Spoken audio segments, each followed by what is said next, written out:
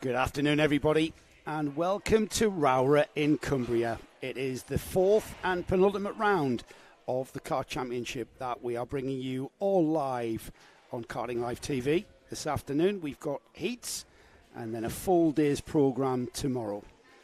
And the sun is shining. The sun is shining in Cumbria, the northwest of the United Kingdom, just on the edge of the Lake District, and what a beautiful sight this is. This is a beautiful circuit, made even more beautiful when the sun shines, and it is shining on us this weekend. My name is Joe Bradley. I'm with you all weekend, and alongside me is my ever-faithful assistant, Nick Dim. Ever faithful? I've made full Labrador status. Fantastic. Yes, Joe, I am faithful to you in every possible way. This is a bit north for you, isn't it? It is. It's a bit nosebleedy. But you enjoy coming this Well, no, I broke the journey in Lancaster. Oh, so, really? you know. Oh, yes. I can't do the whole 5 hours in one go. Well, just look at that. People already enjoying the weather here at ROWRAH. We're about to go ahead with the first of our heats. The first heat out will be for the Honda Cadets. As I mentioned, the fourth and penultimate round. We've already had rounds 1 and 2 back in March. They were at Wilton Mill and Glanigores. Round 3, the last time we convened here in the Kart Championship, was at Warden Law in the northeast of England. We've then gone across to the west coast here on the edge of the Lake District at ROWRAH. The championship will conclude at Fulbeck in the middle of July, the weekend of the 13th and 14th of July. But for now, it's all about what happens here at this beautiful track round. Now then, Nick, yes. Did you know that ROWRAH was the first ever track where I raced a kart? Well, it was. It was a long time ago. Sorry? And the track was a little bit different. We didn't have all those hairpins for a start. It was a very short track. And now with the this track's been established since 1963, almost as old as me. 1,030 metres now, this track is. And with 12 turns, we'll go through the track details. At the moment, let's have a look at the championships, actually. Oh, you have been. Wow. And where we stand. In preparation. Yeah. I take back what I said to you at lunchtime. Oh, really? Yes. Yes. You know what, Nick? I'm a professional. I do this for a living. I worked with you for Le Mans for a week. I didn't see any of that. Yeah, the championship for Honda Cadets, which we'll talk about first because they are just lining up. We'll go through the grid for the Honda Cadet 200s in a moment. But right now, current champion Ryan White carrying the number 1. He's currently leading the championship. He's on 577 points from all of the rounds. He won round 1 and 2. That was at Wilton Mill and Glanigores. He was a 4th place, just off the podium at what is considered his home track maybe at Warden Law. Second in the championship is Ed Spain. Now, Ed has only had 1 podium, and that was at round 1. He was 4th at round 2. I'm talking about the final here. And he came 5th at Warden Law, just off the podium there. Archie Loveridge is 3rd in the championship. He's on 530 points. And then Kevin Ivanov, who's actually on the pole position for the heats here this afternoon. But Kevin, he was the winner at Warden Law. He had a 17th place at the first round and a 7th place in the final. But remember, all of these heats are points opportunities, point scoring opportunities, which we'll go into in a moment. We have released our karts onto this very picturesque ROWRAH track, and we've got the front row looking like the 2 championship protagonists, Kevin Ivanov and Ryan White. Kevin on the pole position with a 53.560. Only 54 thousandths of a second off that lap time was Ryan White, the number 1. He'll start alongside. Second row is Archie Loveridge and Riley Blakemore. And then we've got on the third row Ed Spain and Archie Cannon. Fourth row is Ronnie Smart and Freddie Budd. Then we've got Jack Wykes and Ella Dixon on row 5. Row 6, Daniel Barton and Jane Prakash. Row 7 is Dino Rowlands and Oliver Ratton. I've got Dino as a novice here, so that's a great lap time from Dino to get himself in 13th. 7th row of the grid is Oliver Ratton and Ollie Knox, as I mentioned. 8th row Ollie Knox and Noah Clare. 9th row is Finlay Thursfield and Jacob Letherby. And then we've got in 19th and 20th place Luke Jardine, Jerry Dufficy, and then Sophie Morris. And then the 4 novice plate drivers, Harley Bradbury Stretton, James Pearson, Reggie Dufficy and Jaden Patel Scott, that had his time disqualified for reasons I'm not being made aware of. But that's the grid. It's a standing start, remember. So these Honda Cadet drivers will come to the grid, Nick, and we'll be building the tension with mounting tension to the start of this race. It says 7 minutes. It's only a 7-minute race. I thought they were 8. So did I. That's an interesting change. Is it a change or is it an error? I do not know, but I've got 7 minutes on the official time. They've obviously dropped it down to 7. So we've dropped it down to 7, maybe 53-second lap times. I mean, that's about right. They're running quite a condensed program. Just so you know, we'll be starting quite early tomorrow. They've dropped the practice round the morning, actually starting at 9 o'clock.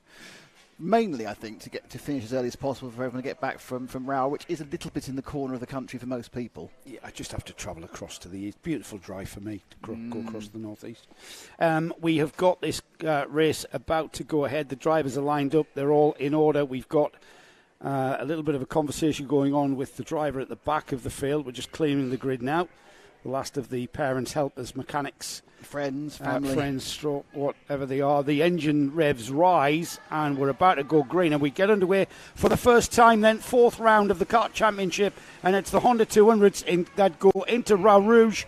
And a very hard-fought chicane that starts off the lap here into the first of the hairpins. It's all about stopping and starting here, Nick, isn't it? And we've got a cart off, a couple of carts off there at the first hairpin, which is McRae's.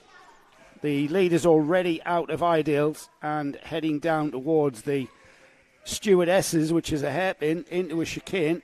Change for second and third there. All of it swept in with the yellow-fronted car. Well, actually, both yellow-fronted cars looking there just to swap positions. Interesting that little kerfuffle going round McRae's the first time has given us his break of 4. Which is the 1, the 73, the 50 and the 68. So it's Kevin Nivenov has dropped down to 3rd. So in the lead, it's Ryan White in the number 1 kart. A great job by the marshals there at the hairpin there. They've gotten those carts sorted out and back underway. And I think everybody's fine from that. A little bit worrying scenes there, but everything's fine and the drivers are continuing. Ryan White is the leader. Archie Loveridge second. Kevin Ivanov is third. These 4 breaking away with Riley Blakemore, the 4th kart in that train. And we've seen this is quite common for Honda Cadets, Nick, isn't it? Yeah, I mean, you get this sort of ability for 3 or 4 in the break. I think it's probably because once they get rolling, they actually are using the slipstream from everyone else, and there's a change. This is absolutely the most popular place to overtake. It's the bottom of that corner in the entire track. They just drop in there, dive up the inside, and that's a change the lead. And Archie Loveridge with the blue helmet gets ahead of Ryan White. And this is obviously not game over because next lap round, it's very likely they'll get swapped back. Well, unless, of course, that Archie can make a break. Well, the reason that is a popular place is because of the nature of that track. It's the nature of that corner, that part of the ROWRAH track is because it's a 180-degree turn into a chicane, and you need a very, very late entry to that corner to kind of line yourself up for the chicane. However, it then compromises the inside line, and we do get place changes there. Here they go then, into the right-hander at Ideals, Nick, and we'll see whether or not Ryan White can have a go. And it looks like he's not, because he's dropped back a little bit. Yeah, the paces with Archie Loveridge this part, he's managed to get his himself up and running earlier than the others. He's pulled back onto his bumper, though, coming out of the Stewardesses, heading down towards the right-hander at St John's here. That's a very sweeping, fast right-hander, immediately into the braking area for Sonny, the left-hander. And then using all the curb on the exit then back towards the paddock, just underneath all of the spectators at the paddock turn there. And then off towards completing what will be lap 3. And it's Loveridge, White, Ivanov, Blakemore, Ed Spain in 5th. Then we've got Archie Cannon, Ronnie Smart, Jane Prakash, Freddie Budd, and rounding off the top 10 is Daniel Barton. Off towards the infield then. And it is still Archie Loveridge holding back those 3 carts. He seems to have a very good line through that right-hander at Iredales, and then Ryan White pulls it back. But there, you see the late apex there to line yourself up for the chicane. That leaves the door wide open for any kind of attempt to overtake. Still these 4 controlling the race. We've got a pack of 3 carts behind them, 5th, 6th and 7th. That's Ed Spain, Archie Cannon and Ronnie Smart. But we'll stay with the leaders, because this is where the action's at for the first heat for the Honda Cadet 200s. Into ROWRAH. We renamed the chicane ROWRAH because of the upward sweep and nature of that chicane. Very fast entry already into the McRae's. The left-hander there is McRae's hairpin, named after Colin McRae, who did some karting here before he became a superstar in world rallying.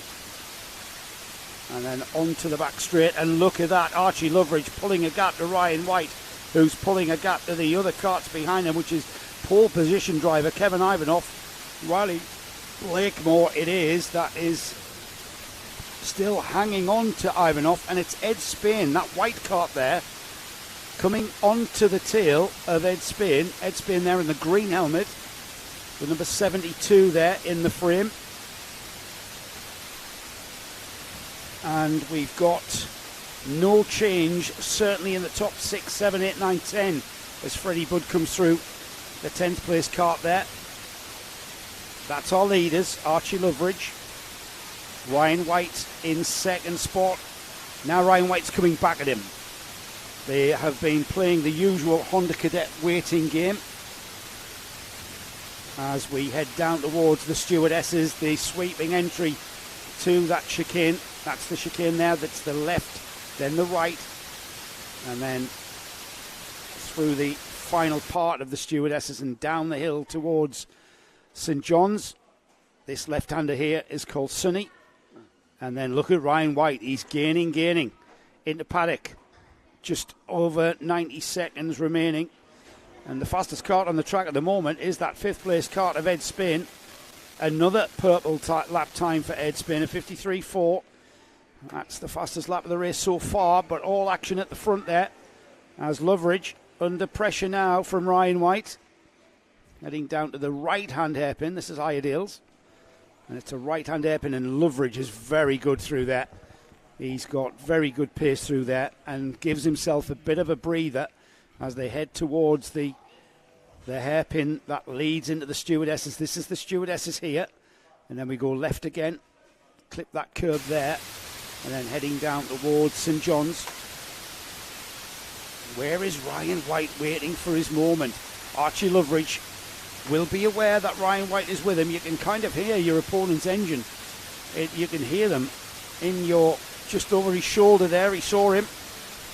He's aware, and it's going to be the 1 lap to go board next time by. So they're on the penultimate lap.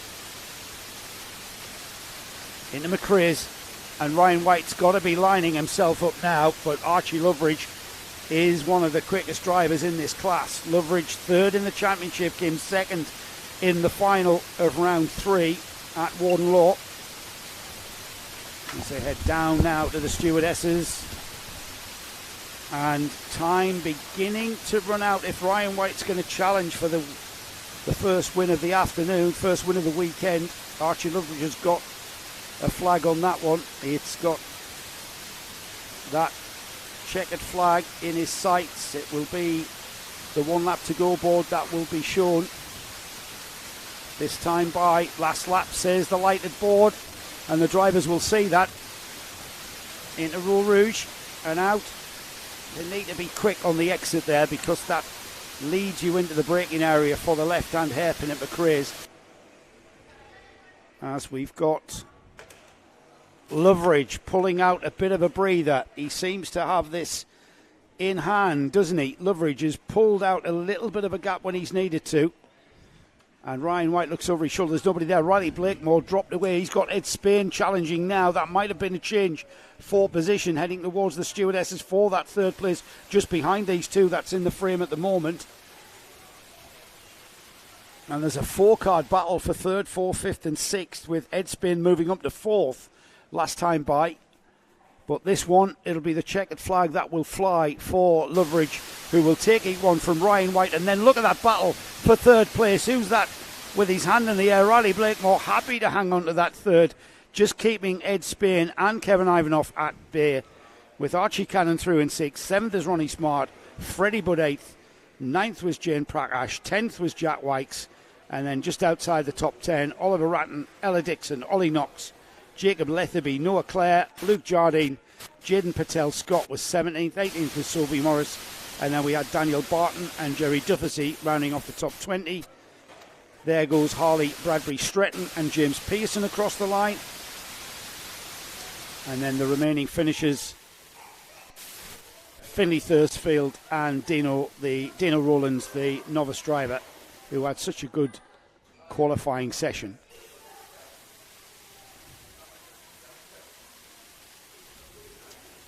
So that concludes our first heat of the weekend. Round 4, as I said, the penultimate round of the championship. The championship will conclude in about a month's time, middle of July, where we will head off to Fulbeck for the final round. Next up, we've got our Rotax Junior Primo Heat 1 for these karts. And the Junior Primo class is a class, entry-level junior class is how we describe it. Drivers aged between 12 and 14. They are basically the same, exactly the same as Junior Rotax that you will see out later on. The Rotax FR125 engine, the same chassis, same power, same tyres, same everything. It's just the age group. It gives the younger drivers moving up from the cadet classes into Junior Rotax a chance to compete amongst themselves, really, in the same age group, 12 to 14, before they then get in with the big girls and boys, as they say. So I'm just having a look, Nick, for the Junior Rotax Primo Championship positions, and it really has been the man to beat, Daniel Hartley. Now, Daniel was beaten at Warden Law by Bella Fairclough on the track. However, there was a technical discrepancy at the end of the race, which meant Bella lost that win. Oh dear. So Daniel has a 100% record, having won rounds 1, 2 and 3, which gives him a championship lead, quite a good lead, 592 points. Next in the championship is Maya Simpson on 538, and then we've got Alfie Forrester on 530, Ellis Daly on 525. Jake Anders put his kart on pole position with a 46.659, but then there's that Bella Fairclough again. She's here with her dad William, who's running her as ever, and Bella, with a great effort in qualifying, gets herself on the front row. Harris Alley and Alfie Forrester share row 2. Row 3 is Ellis Daly and Laurie McVeigh. Got championship leader Daniel Hartley and Leighton Kelly on row 4. Sharing row 5, Joseph Mills and Maya Simpson. It's Tyler Davis and Taylor Dixon on row 6. And then we've got Eddie Stewart, Thomas Butcher, Jacob Rump making his championship debut, as far as I'm aware. Might be wrong on that one, but Jacob, a driver that I know from his local track at Warden Law. Good to have Jacob along. Riley Mason-Lewis is alongside. And then we've got Sophie Caldwell, Ethan Bath, Jack Johnson, Ewan Stevenson, Zach Kane and Jensen Cook rounds off what is a 22 kart field. Very healthy grid here for the Junior Primo. First rolling start of the day that we're covering, and they get underway, and it's a little bit of a jump there, I think, from the left-hand side, but it's going to be allowed to... Nope, it's not really allowed to go. Full start. Yeah. Gives me a chance to say hello to Dino Rowlands Racing, who said, let's go Project 1. Christine Jones, YouTube today will be cheering on tomorrow morning, says Riley. Riley. Yes. Do you want to do that again? No. Christine Jones, yes. YouTube today, but will be cheering you on in ROWRAH tomorrow, Riley. So Riley will be cheered on by his fan base here at the track tomorrow. Rather than remotely. Yes. Dominique Inskip Clarkson, well done, Freddie Budd. Was that the previous race, was it? I was searching a sound issue, which I've solved. I'm quite pleased about that. And Dominic, it was come on, Jake Anderson. Yeah, well, he's on the pole position, so he's done all right. Well, he's jumped in last qualifying. time, in fairness. He's a little bit jumpy. Yeah, well, he's bound to be. He's quite anxious, really, to get away. He doesn't want to be left behind. Or he doesn't want to waste that pole position. No, no one does. It's very close. The lap times here. So Eddie's in this one. Sorry, Eddie's in this one. Yeah, Junior Primo. Yeah. Shouldn't have favourites, but he does give me 10 minutes off every couple of hours. Yes, he does. Eddie will hopefully join us here. We are broadcasting live from the Drivers' Lounge here at ROWRAH, just on Drivers' That's why there's squeaky chairs at this point. Yeah. Oh, that's bad. Oh, they're going to let one go. No, red flag. Red.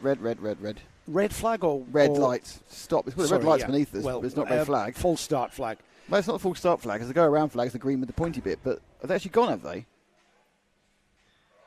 That's weird, because it never went green. Yeah.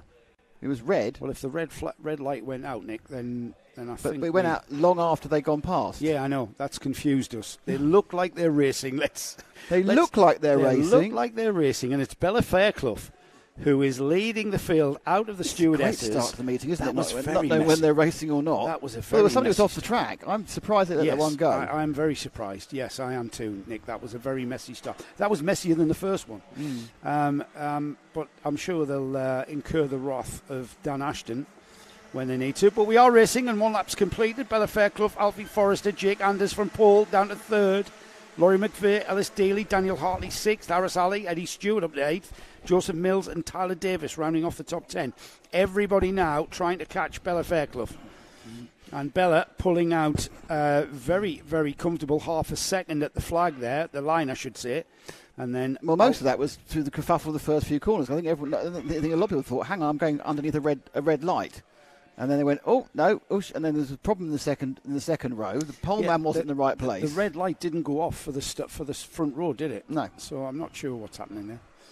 But here we go then. We've got a race on, certainly. The first place driver, Bella Fairclough, she's got a bit of a cushion. Alfie Forrester and Jake Anders, though. Jake Anders started on the pole. He's wanting that first place back, no doubt. Look at that, out of the ROWRAH chicane. And down towards McRae's, they're going to bottle back up, aren't they, Nick? You can just see that. I'm not sure. I mean, the second and third are fighting, which is always good news for the person out in the lead. And they're being joined now by fourth place Laurie McVeigh. And in fact, now it is a move by Anders into second. But a wave. He's going to tap his head. I've been covering karting now for 3.5 years, and I've yet to see anybody work together to catch anyone when they're going past. It's like, no, that's never going to happen. Well, Jake Anders was basically having a conversation on the back straight there, wasn't he? Yeah, he was basically saying, look, mate, don't attack me and try and take this position off me. If we work together, we can catch Bella Fairclough. Because you can see there, Nick, that those two having a bit of a contest for that second place has now allowed Bella Fairclough allowed her to gather up a 1.2 second gap. Now, what Jake Anders will have to do is get his head down, and he is, because he's breaking away from Alfie Forrester already. And if Alfie's not careful, and he already has, I was about to say, he's going to have Laurie McVeigh, Daniel Hartley and Ellis Daly for company. And he has, because they are not too far away. That's Daniel Hartley down the inside, the number 63 there.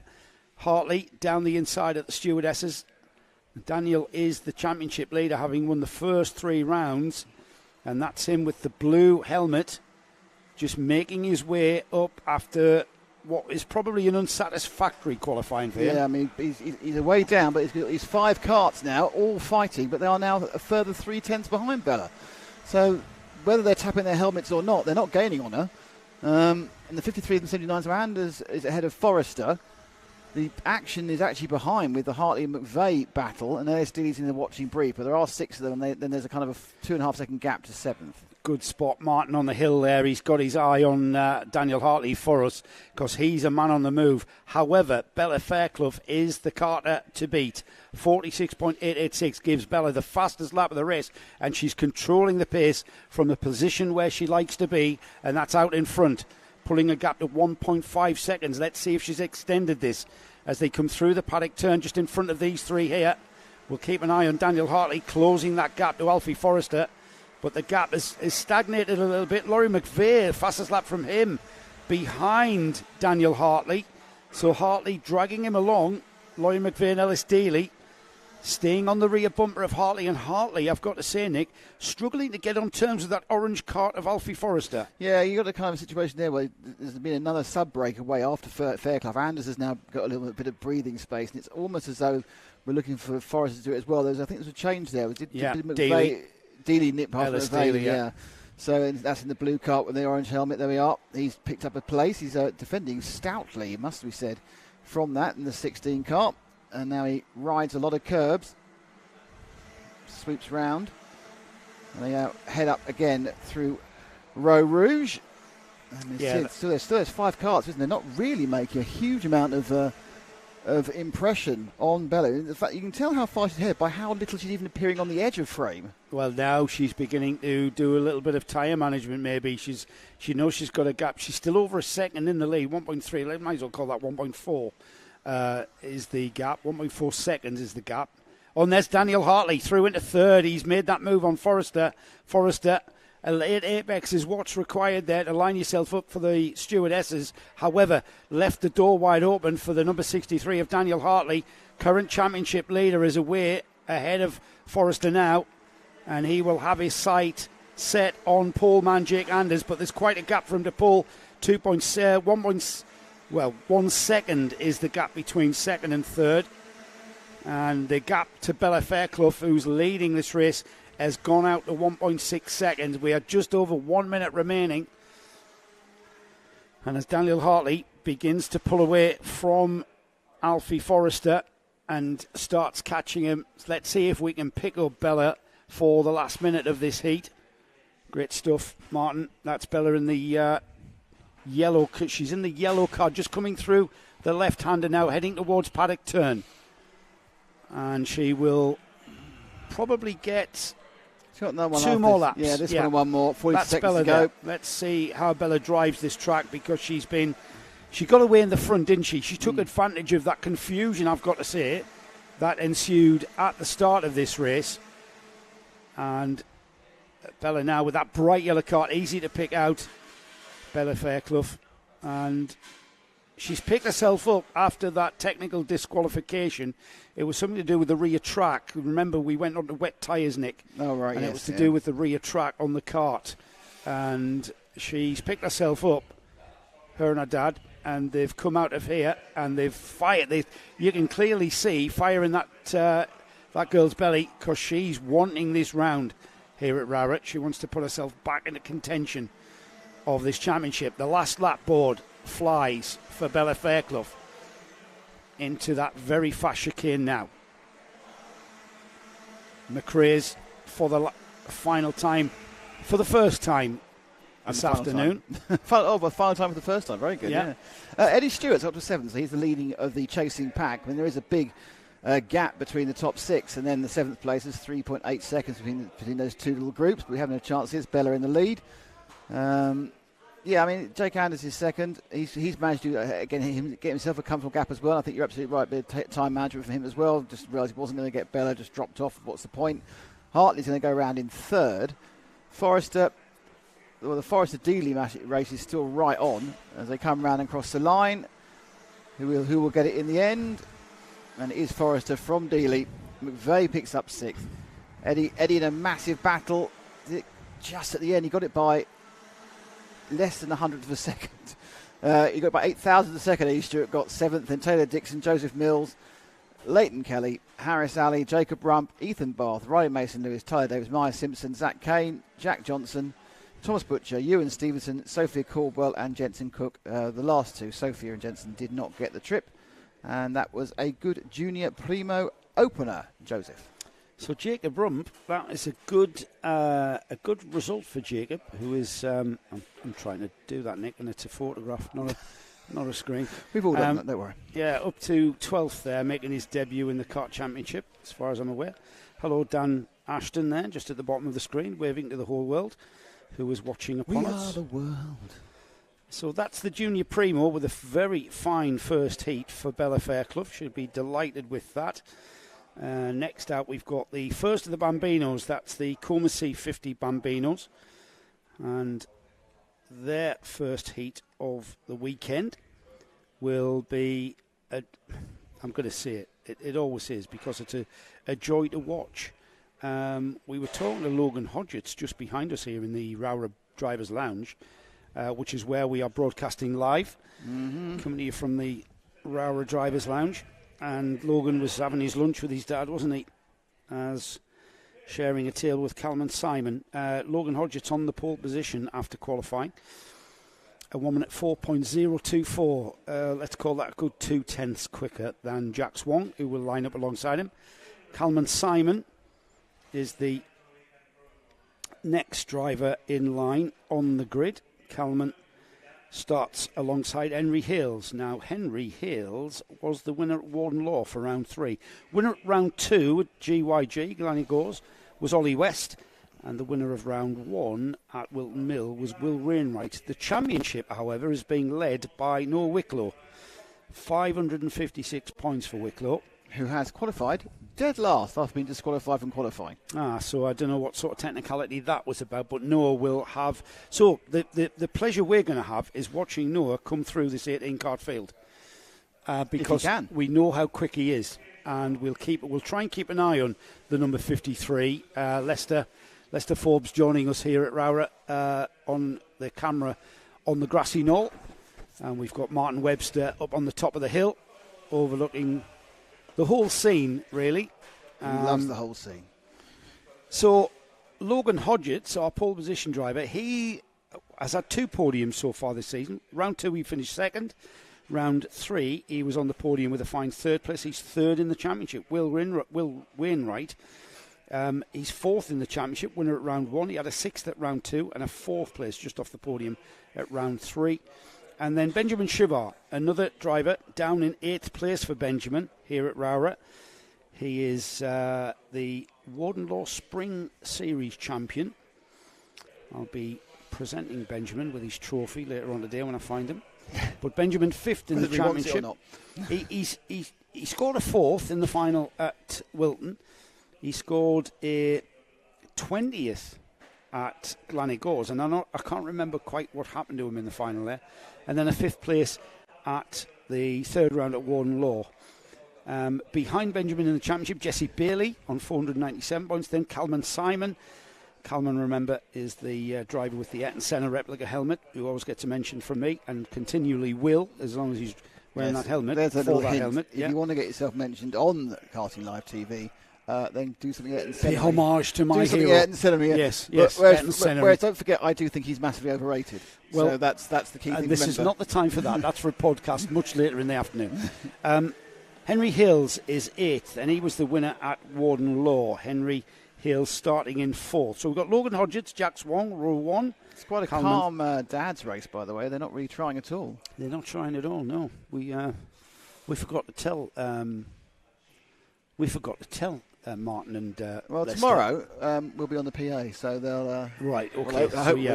We'll G it up. We'll G it up tomorrow on the PA, absolutely, yeah. 2nd row, Calman Simon, Henry Hills. 3rd row, Hendrix Fallett and John Stevens. Jesse Bailey and Benjamin Shivar are on row 4. Row 5 is Ray Owen, the novice, and Ollie West. And then we've got Arthur Bowes and Will Wainwright sharing row 6. Row 7 is Max Armott and Brady Atkin. Then we've got Max St. Hilaire and Santo Amico. Riley Aston Wilkins and Noah Wicklow out of position at the back and the very tail of this field. It's a standing start, by the way, Nick. An outstanding start. Well, over they get this one right then off the last one, which is a bit weird. But well, we got the standing start was a doddle. Yes. It's the rolling starts that were. There's already been a bit of a coming together there, by the way. Benjamin Silver just gave a little bit of a love tap to Jesse Bailey as they were going through the. It's not a high benchmark to confuse us, Nick. In fairness, I don't know what you're talking about. Sometimes I even sort of know what's going on. Sometimes, yeah, sometimes out of context as well. You'll know what's going on by tonight when we get back to the hotel tomorrow. Are we at a hotel or a B&B? Well, we always are. I can't remember that. Well, as you can probably imagine, it's luxurious. Too many tracks. It's luxurious. Of course. Will it have towels? I think I've managed that one. Look at those drivers there. The number 74, that's Logan Hodgetts, our championship. A lot of revving going on. Protagonist there in 3rd place in the championship. A lot of people are warming their clutches up more than they should do. Yeah, maybe they are, yeah. And then number 67, Jack Swong. That's a great shot, thanks, Lester. It absolutely is. Honestly.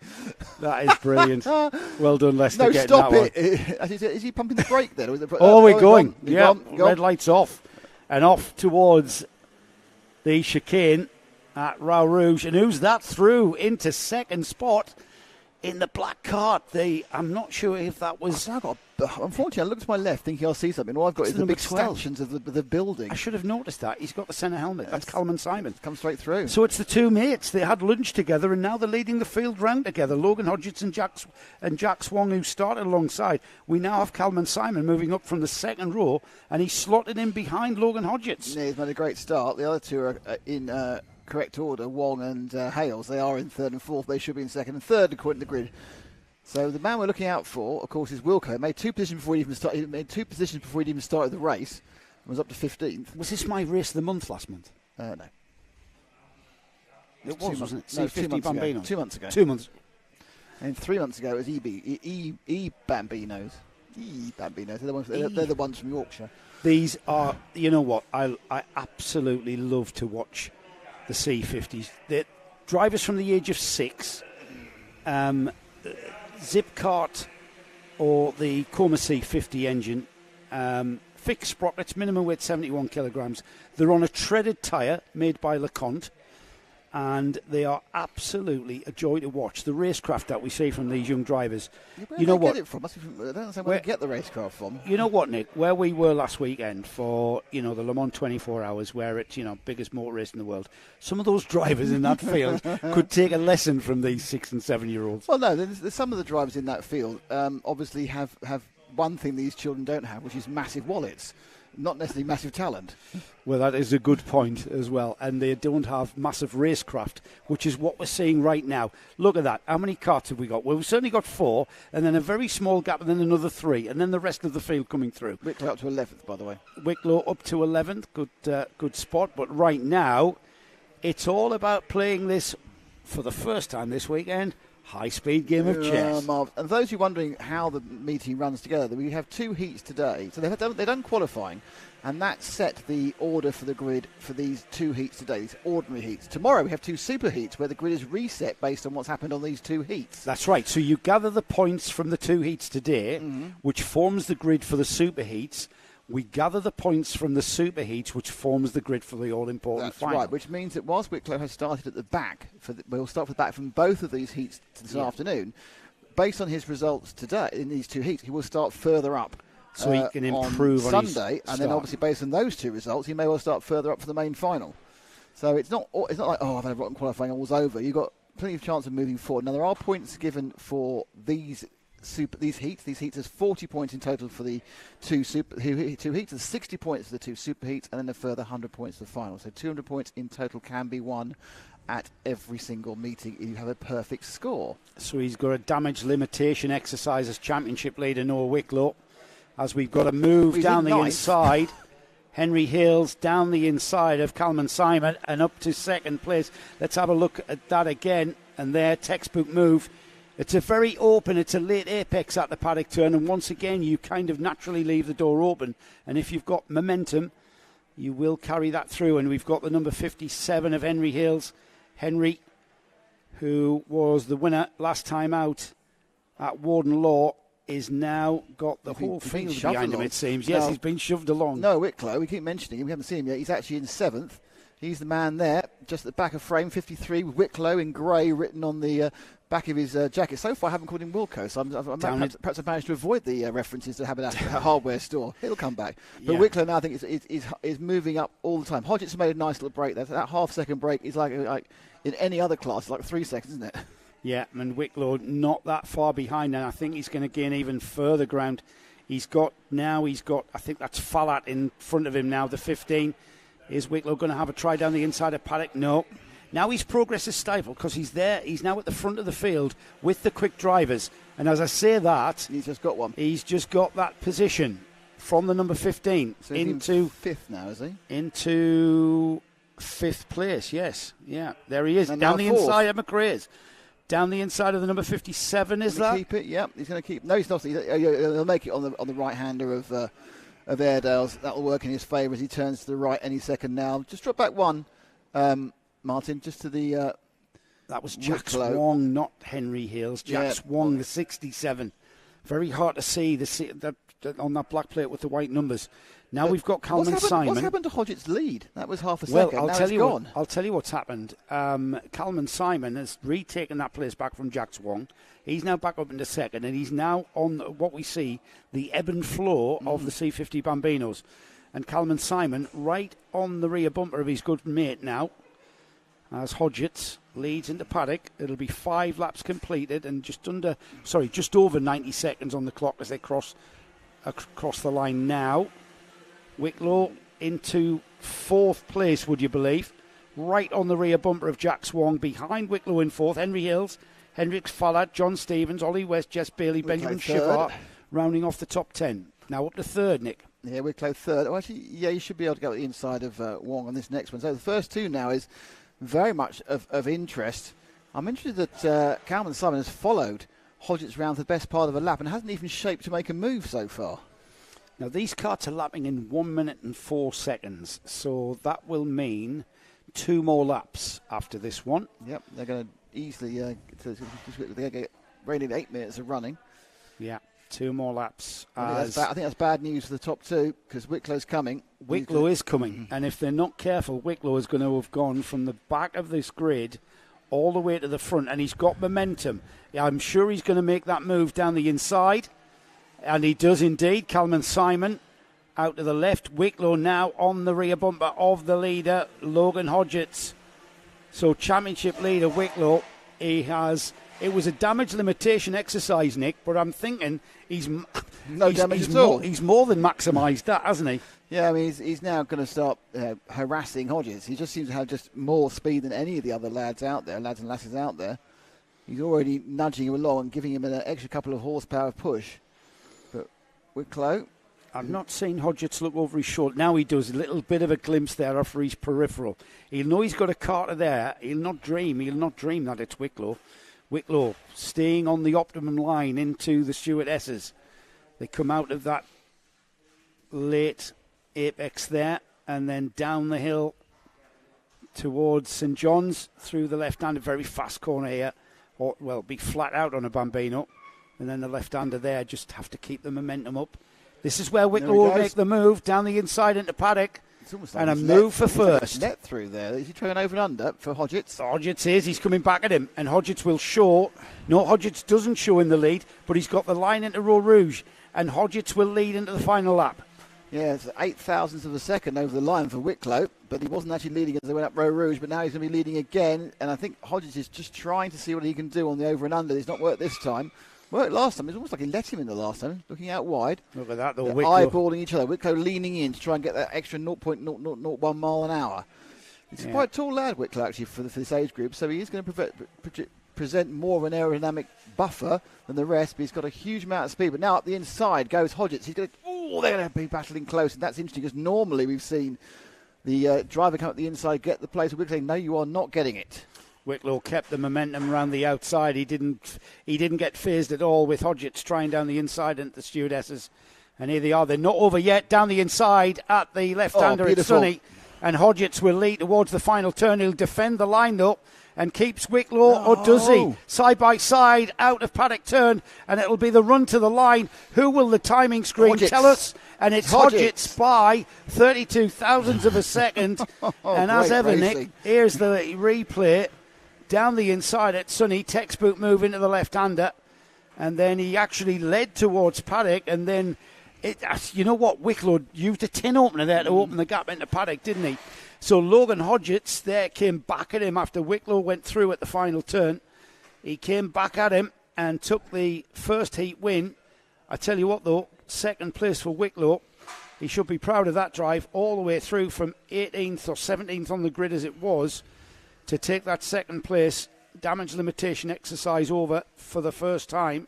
He's got to do it all again later on. Calman Simon finished third, Ollie West fourth, Jax Wong was next in fifth, John Stevens sixth, Hendricks Follett seventh, Henry Hales eighth, ninth was Arthur Bowers, Benjamin Shivar 10th, Will Wainwright 11th, Brady Atkin 12th, and then we had Raith Owen, Jess Bailey, Max Armit, Max Centelaire, and it was Riley Aston Wilkins who rounded off the 17-cart field.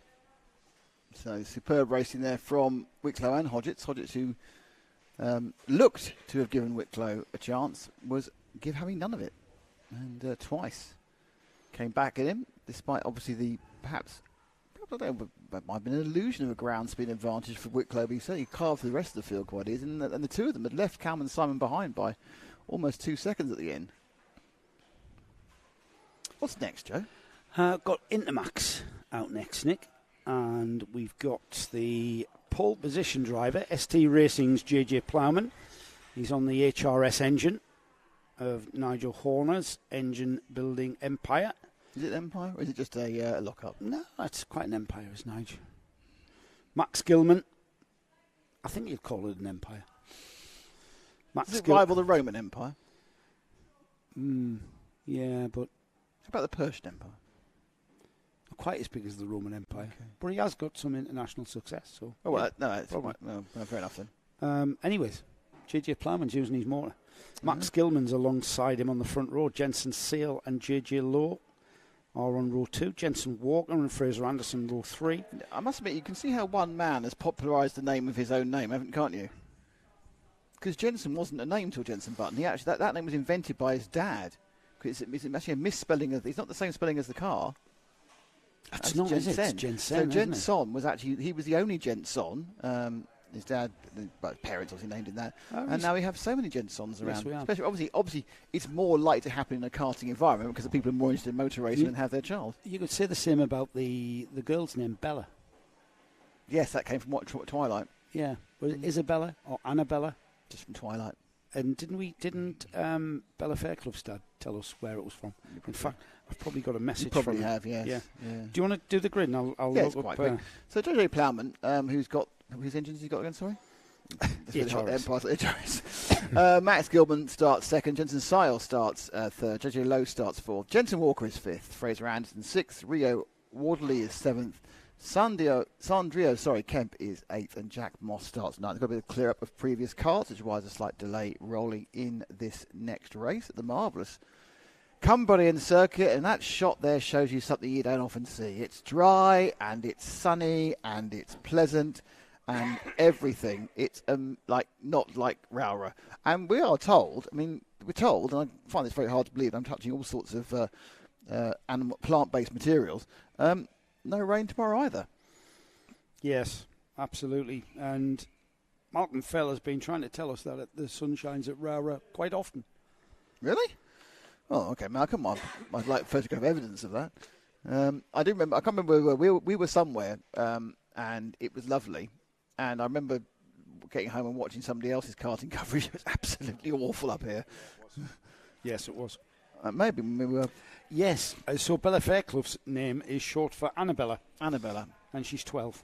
Been karting since 2021. But does it say who she's named after? She's also a purple belt at karate, so I'll be careful what you say. Yeah, exactly. From now on, everything she does is perfect. No karate here. Brown's very, very particular about that. Championship's been led by Max Gilman, who's starting on the front row. Max, the winner of round 2. Is it, sorry to cut across you there, Joe, but that's not like you, Nick. No, I know. We're not likely to apologise anyway. Is this a smaller field than normal? Than normal, yeah. I mean, we've got... we've got certainly over 20. I love the way it's a photograph. I know, I keep doing that. We've certainly got over 20 that have registered for the series, but only 9 have come out. Well, there were 18 in that heat, at least. So, yeah, bit of a trip, obviously, up here. Well, Josh Cormack was the winner of round 1. Riley Murrow was the winner of round 3 at Warden Law. The winner of round 2 was Max Gilman, who is here. Josh Cormack isn't here. Neither is Riley Murrow. I wonder if they've got clashes with UKC and the British. Might be, yeah. Next weekend. Perfectly formed grid here for the Intermax 950. Of course, one of the less populated classes anyway, isn't it? Intermax.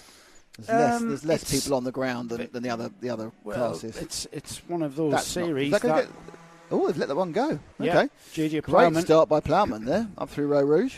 Yeah, he got his foot down when he needed to, and he leads towards McRae's, the left-hander. Gets a little bit of a nudge from the driver in second place, which is that's Jensen Sale. Sale, yeah. So Sale, who's very conveniently in a high-vis outfit, so we can see him in his race suit. His beautifully yellow high-vis.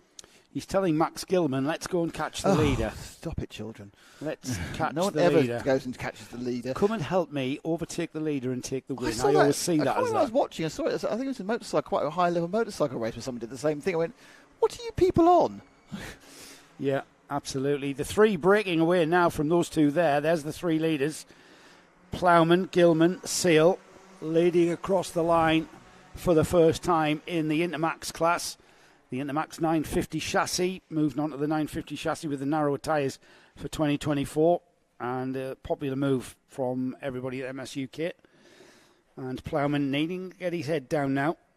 Behind these 3, JJ Lowe and Jensen Walker having a little private battle, the pair of them. Behind them, Rio Wardley, Jack Moss, Fraser Anderson and Sandro Kemp. Ooh, and a little bit of I'm not sure if that was a nudge, from Jensen Seal, but he's fallen foul of that, and it's Max Gilman. That was really odd, wasn't it? Yeah, very. It's almost like I think what happened was kind of tripped over him, didn't he? Yeah, I think you had that. Oh, well, that was definitely tripped over there because he tripped up and over. And that's Jack Moss. That's Jack Moss having someone try down the inside. We lost that replay there very quickly. The three leaders beginning to pull out a bit of a cushion between one another, as we have got that what was a 3-card battle for the overall lead of Intermax has now become a 4-card battle as JJ Lowe joins in the party. Still being led by another JJ Plowman on the yellow and blue ST Racing liveried cart. Max Gilman now in second, and the number 140 Jensen Seal still pointing at people. Jensen appears to be trying to order a cavalry charge in the 1812. Come on, boys, let's go! Everyone after him. Yeah, he is. He's trying to get somebody to work with him. Well, we're quite sure how that works, really, because what are they going to do? Shove him along slightly? You use the brakes a lot at ROWRAH. You use the brakes heavy here, turn into the paddock turn, across the line. You are on the brakes through the right-hand bit, heavy braking to make that bit there, the left-hander. And then out of there, heavy braking towards the first of the hairpins, heavy braking here into the left-hander. You then flat out, get the throttle in, and then heavy braking again for the right-hander, which is called ideals. And then onto the back straight, which is the longest straight here at ROWRAH. And then heavy braking again, which is kind of like you're braking and turning into the stewardesses here. And then you back on the throttle, flat out through these twisty bits. And then down the hill, little bit of these will be nigh on flat out, I think. And then a heavy brake here. So you do use the brakes quite a lot. So it's the sort of track that will reward bravery on those brakes. Yeah, and of course, remember, these kart brakes only on the rear, and it's a solid axle as well. So basically, you just kind of effectively throw out an anchor at the back of the cart and see what happens. You have to gather it up and with the front end to keep the thing pointing in the right direction. And obviously, what can happen, and I think what happened we saw a couple of laps ago, if you're braking at max and then have to brake 1% more, it really upsets the cart. You're going to lock the rear end. Up, and that's when you kind of move on and miss the apex entirely. So, Joe, in this heavy braking environment, how does that affect tyre wear, tyre pressure, warm up? Is it putting more energy through the tyres, or is going around a fast corner putting more energy through tyres? Through the fast corners, put more. That section there where we've just seen through the right and left, you are high speed sliding around, and there's a change for the leaders. The number 169, Max Gilman, championship leader, Max Gilman. He looked very easy. Yeah, he timed that from the left-hander though, Nick, and then into the braking area. That's a curving entry as you brake and turn at the same time. Gilman now on what looks like a KR Sport, or it's a Thule Motorsport. I think that's a Thule Motorsport kart. They're coming down the back straight towards the Stewart S's. It is Thule. Look at that on his overall. Spread out a little bit. So going through the Stewart complex. It's Thule versus ST Racing, what we've got at the moment. Third and fourth. Can't say they're getting nearer, third and fourth. The last time round the gap was 0.6. Yeah, I think it's closer. Well, I think third and fourth are closer now. That'll happen, Nick, when you've got the two at the front who've swapped positions and kind of compromised themselves. They wouldn't have had an optimised lap there. Who did have an optimised lap was JJ Lowe in fourth place. Yeah, that number 148 there, 48.991, fastest lap of the race. And these two in third and fourth coming back towards JJ Plowman. But not if they fight each other. Not if they fight each other, no, they'll start falling away. So this is the point where they should be tapping into those helmets and actually doing something. Well, that's exactly what Jensen Seal's been trying to say. Jensen Seal is very, very animated in the cockpit. A lot of the drivers just sit there and they're like they're in an armchair. He's all over the shop. He's moving around.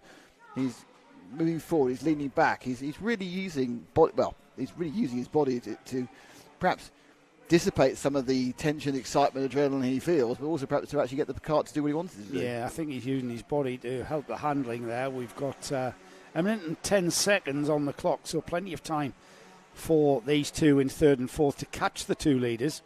In fact, as I say that, Nick, he's virtually on the rear end there of JJ Plowman. The Plowman's dropped half a second off Gilman, so Gilman does seem to have the legs over Plowman for the rest. I mean, it's very famous last words, but he does seem to have the legs. Plowman on a novice plate still, so it means he hasn't done his 6 races. I think it's still 6 races.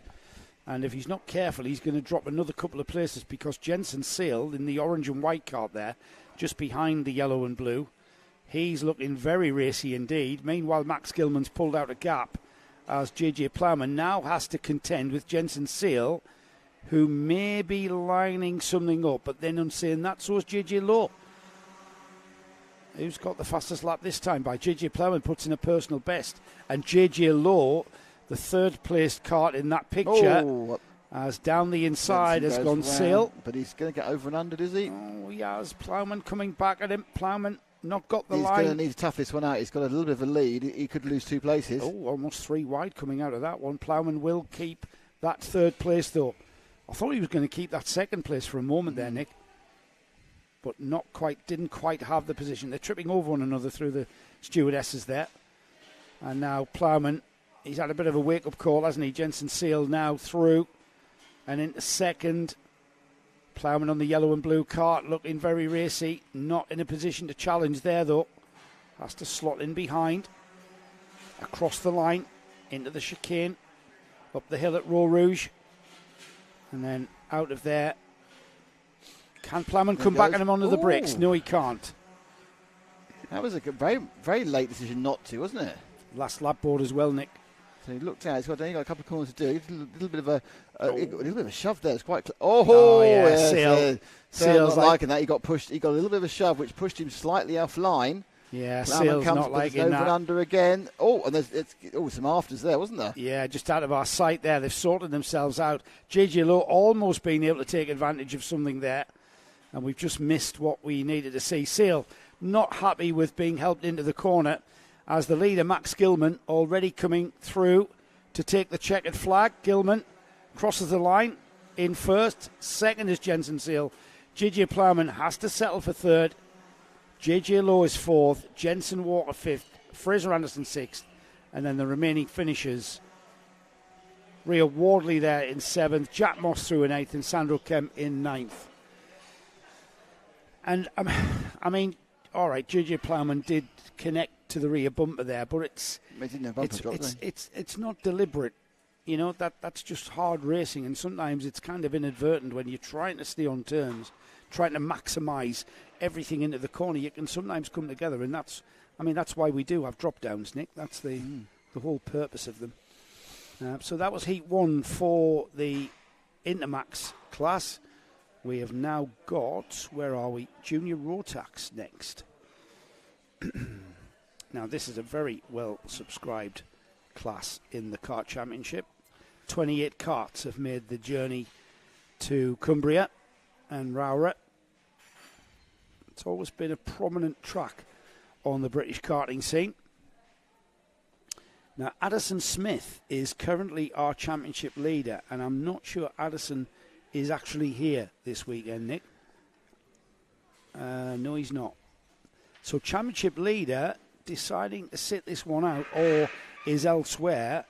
Kasper Tomilewski is second in the championship. Now, Kasper was second at round 1, first at round 2, and 7th at round 3 at Warden Law.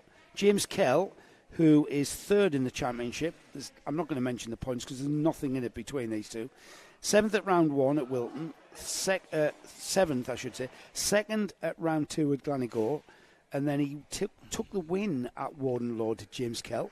Harry Hurst Grover is 4th in the championship. Ben Horner is 5th in the championship. And then we've got Charlie Very, who finished second at his home track up at Warden Law in that third round. And Kell's qualified down in 12th, though. Yeah, I noticed that. Yeah. Third. Addison Smith is here. Addison Smith is 14th, yes. Yeah. I didn't expect to see him down there.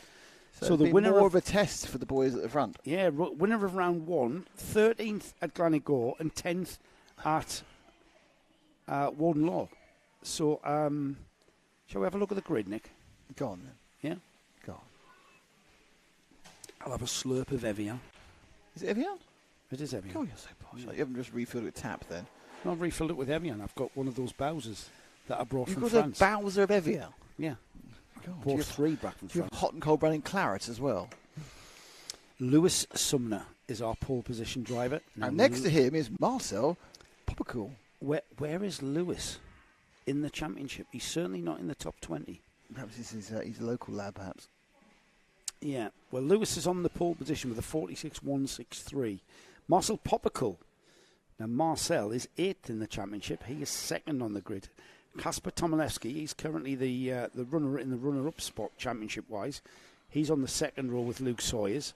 SD Racing's Charlie Vary is alongside Jack Robinson on row 3. Riven Welsh and Riley Morgan are on row 4. Row 5 is Braith Murdoch and Leon Barlow. Then we've got on row 6, Emily Cooper, James Kell. Row 7, Callum Gosh and Addison Smith. Row 8, Gregor Reid and Andrew Dixon. And then sharing row number 9 is Harry Hurstgrove and Ewan House. Row 10 is Connor Dolan and Lewis Holt with Emily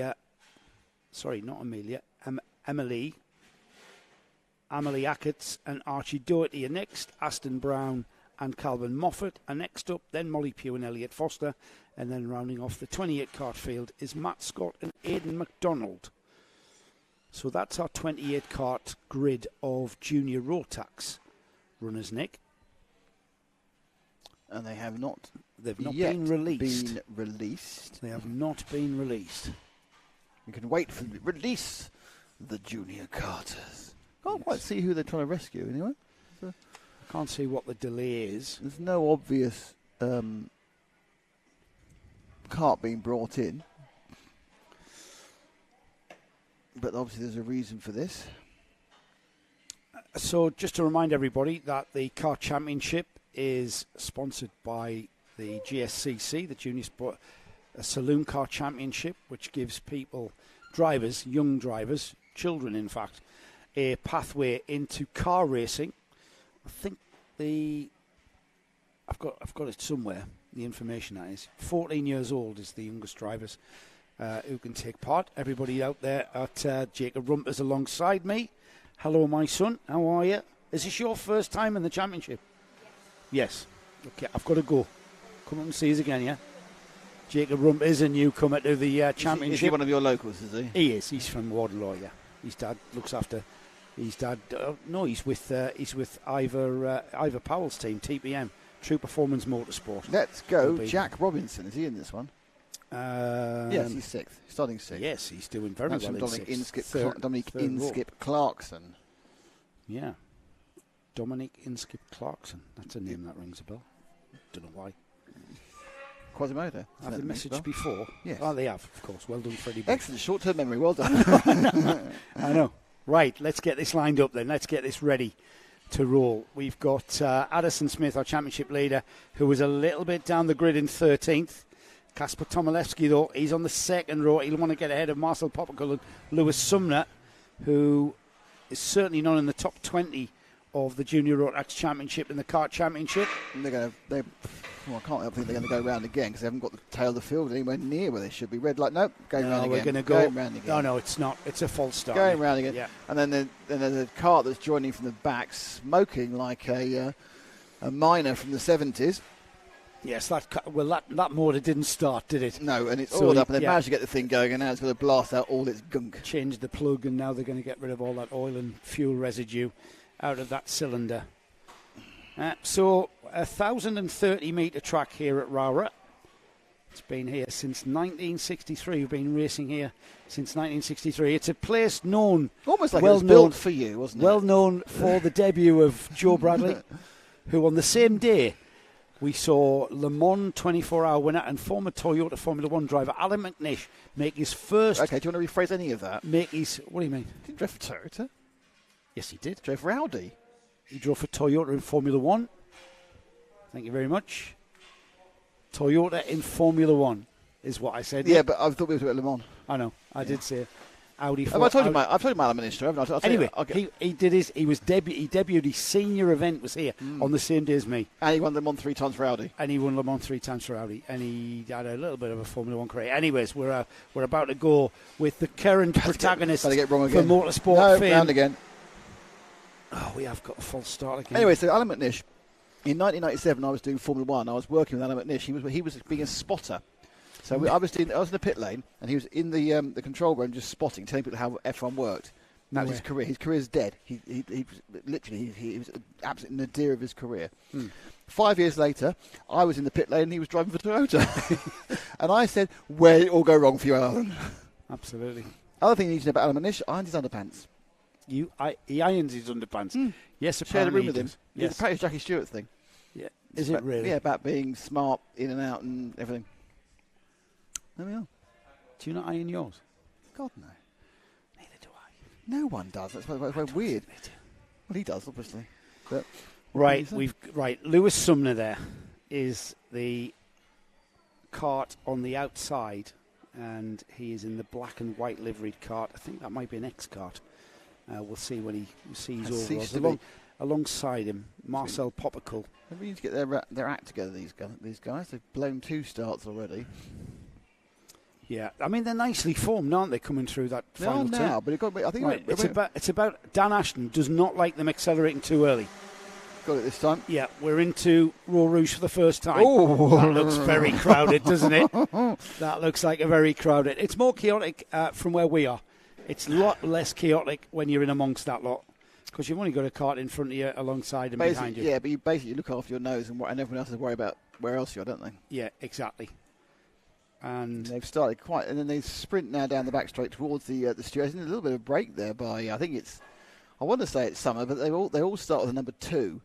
But I do think that someone who's got away on that one. But let's find out. As he's in the white machine, he's going to turn sharp right and then through Sunny, and it is the 238 leading from the 234. Marcel Poppercull. So they've all got 2s in front of them here as part of the junior rotax shtick. And complete lap 1 down the start finish up and through Row Rouge. Steep little right left, then hard braking into McRae's, the first this kind of double switchback, kind of the signature part really of ROWRAH, this back and forth. We've got the 112 cart. Emil Ackett has pulled off on the start finish straight, obviously with a technical issue, certainly nothing to do with where they're looking down. I think it's certainly a chain. And the top 4 have a mini break, and then they're followed by kind of a straggly pair after that.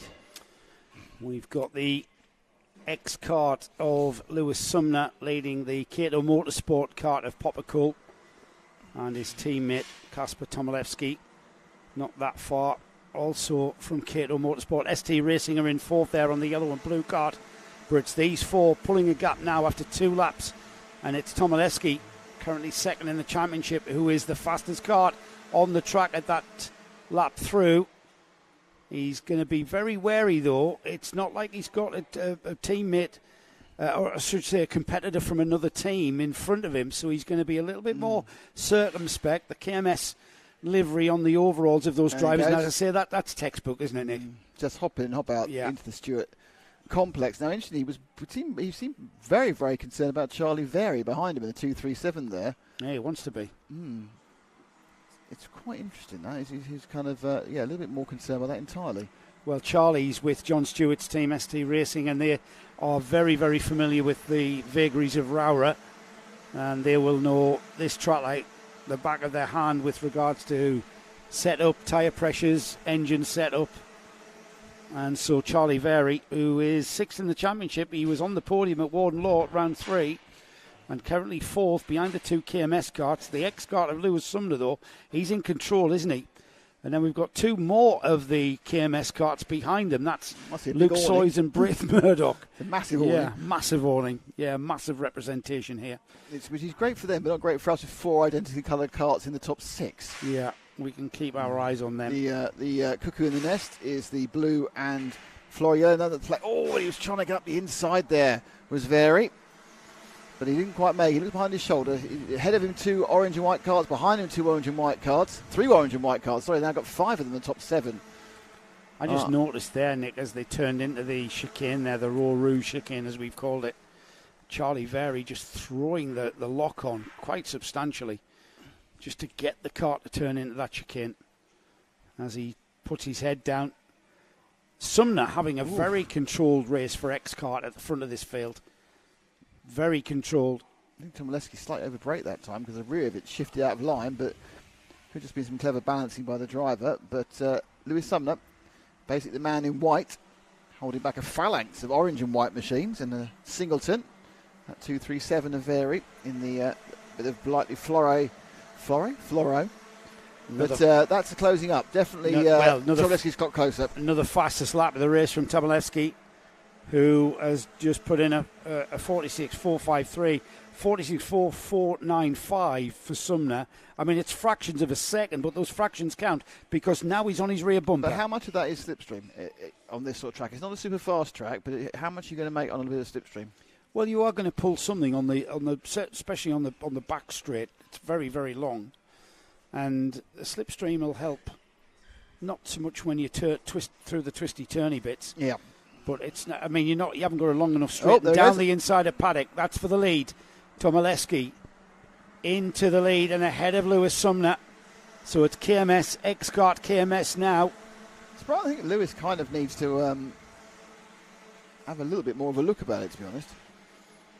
He couldn't really defend or anything. It came very, very late in the braking area. But you kind of wonder, are these drivers watching previous races? Because he would have known where to defend at that point. Maybe they do defend with 2.5 minutes to go. I don't know. The problem is, Nick, that it's a late apex at paddock turn. Like it's a late apex at that point there on the track. The stewardesses is the same. It's a late apex because it's a long, sweeping entry. And what that does for us, being in the entertainment business, it makes it a little bit... You've got to leave the door open there. And if you can get alongside, you can't then close it off. So you come out of that left-hander... It's the same as this one. Through the chicane here. He lost some momentum there. Yeah, he did. He had to back out of that one.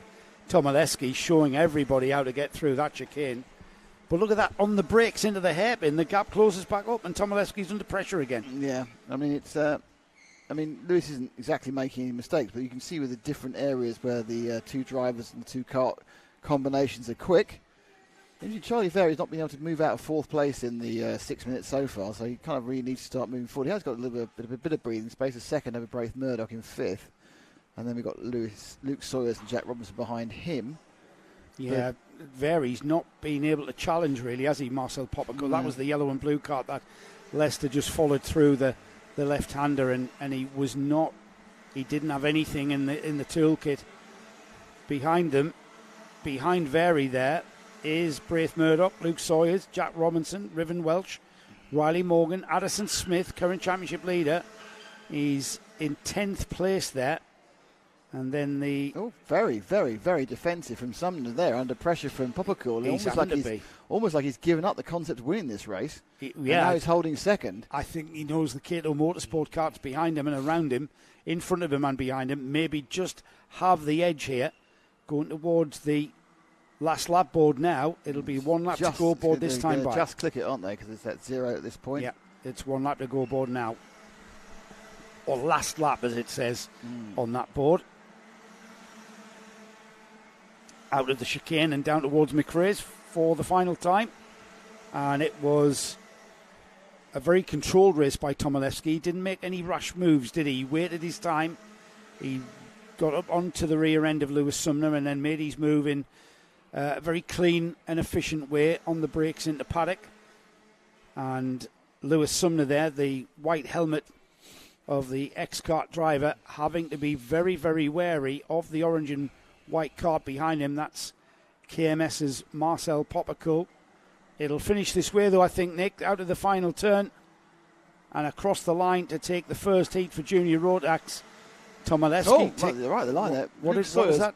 What did you see? Luke Sawyers and Braithwaite swap positions.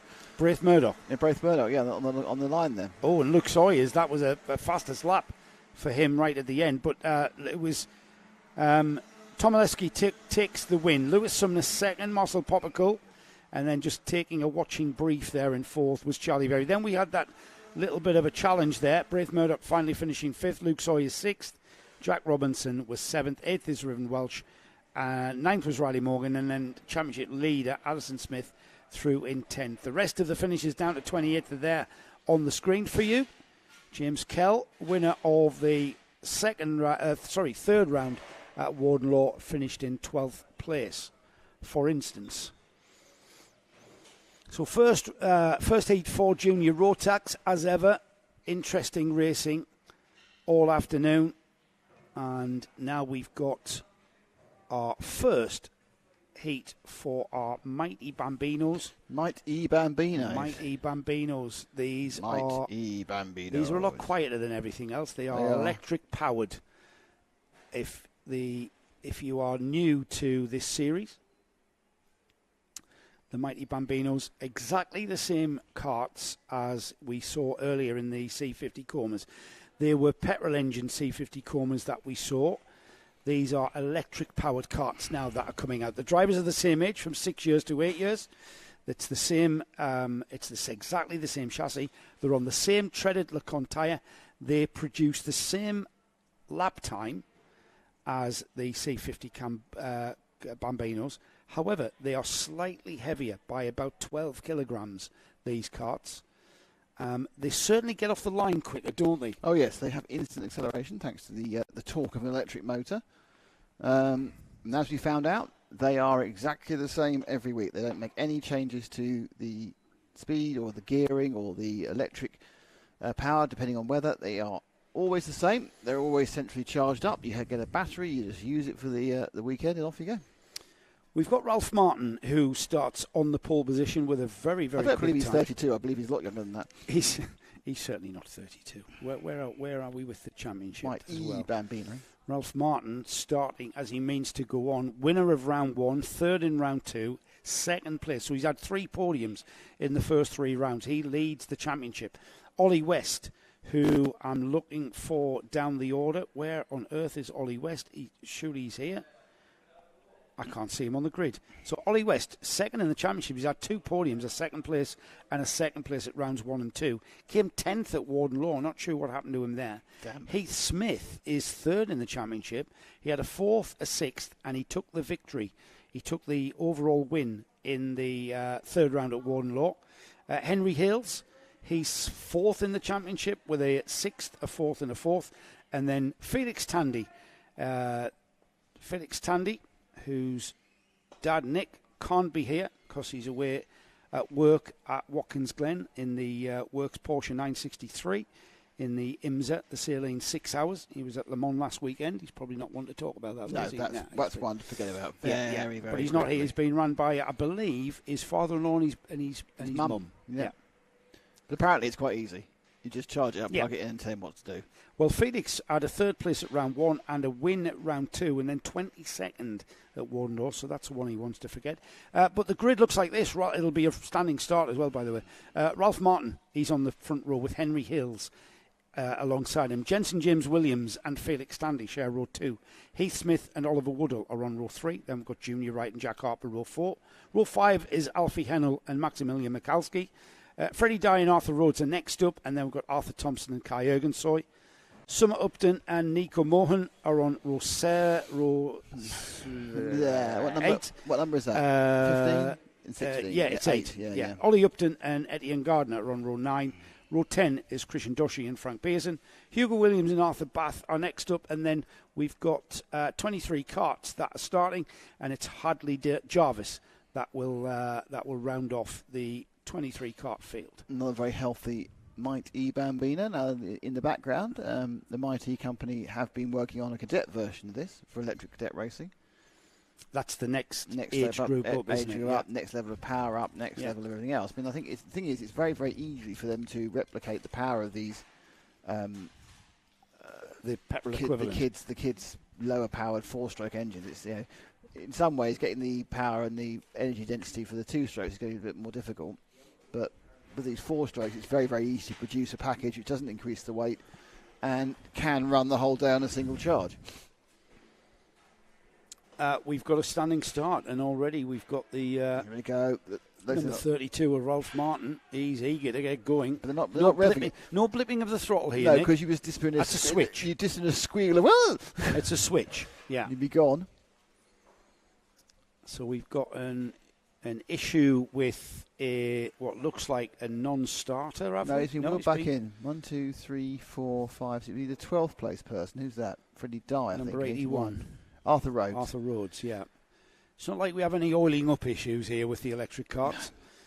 So we should get things underway. We've got everything switched on. You have an on light. If you haven't got a spark, you're not going anywhere. Yeah, we've got the clear grid being shown.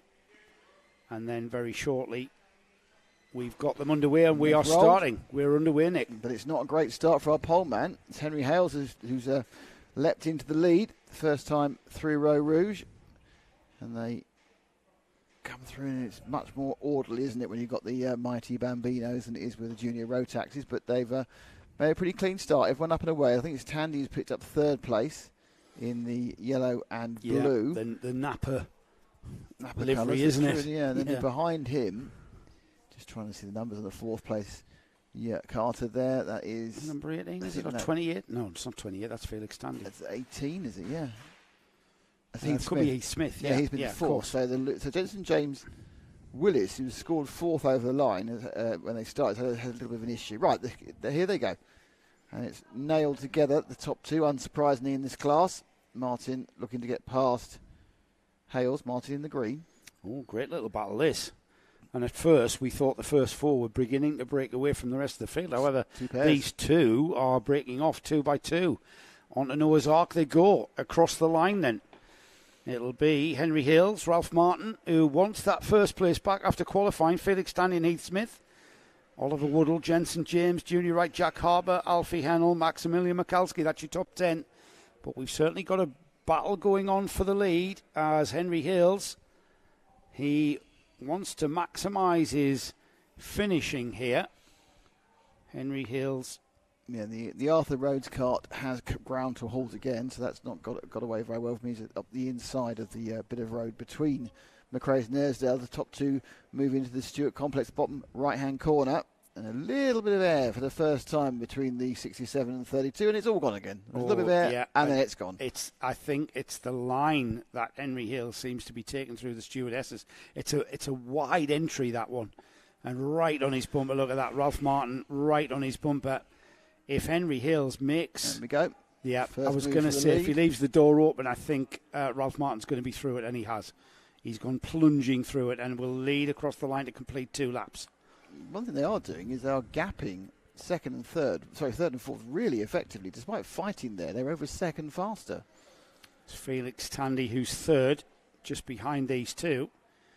Nope. We can't. They're tripping over one another, aren't they? The Ralph Martin there, just Henry Hales couldn't help but having a little bit of a connect there. Again, nothing deliberate. It's part of racing. The old saying is rubbing's racing. We don't want too much of a little nudge, but it's inadvertent and unavoidable sometimes that you are going to rest against the rear bumper of the cart in front of you because you're so close. Yeah, you're so close. You don't want to leave. You don't want to leave sometimes anything out. You're reacting to what you think the guy in front's going to do. That's true. If he doesn't actually do it, or he or she doesn't actually do it, then suddenly you then have to react to a reaction you weren't expecting, and that's where you often see people slightly overshooting corners, suddenly jinking out the way because the person in front hasn't done what they want. But these two glued together as they complete lap number 3 and come up to halfway through the race in a few seconds. Yeah, these two are absolutely together, so close you can pitch a tent over them. Smith's got past Tandy, but they're second slower than these two, so there's a real noticeable difference in speed. The second faster in this class is ridiculous. Look at this, Nick. 1 minute 3.845 for Ralph Martin in the lead. 1 minute 3.843 for Henry Hales in second. That's how glued together they are. Only 0.02 of a second different in the lap time. And it was a fastest lap of the race so far from that second place cart, the number 67 of Henry Hales there. And just following each other around, absolutely in the wheel tracks there of one another. Is he playing a waiting game? I don't know, but the 6 to 8 years old. Well, they probably are. You know, Machiavellian sort of attitude. It's nice to be a game of chess, apparently. Yeah, it always is. I think what the interesting thing is that how they have completely broken the rest of the field by a second a lap as well. Yeah, Tandy's dropped to 4th, but more importantly, there's now a train of 6 carts. It's 6 carts? No, it's 5 carts who are battling over 3rd, 4th, 5th, and 6th, but they are significantly slower, actually. Let's see if we can pick up the carts behind these two, please, Ash.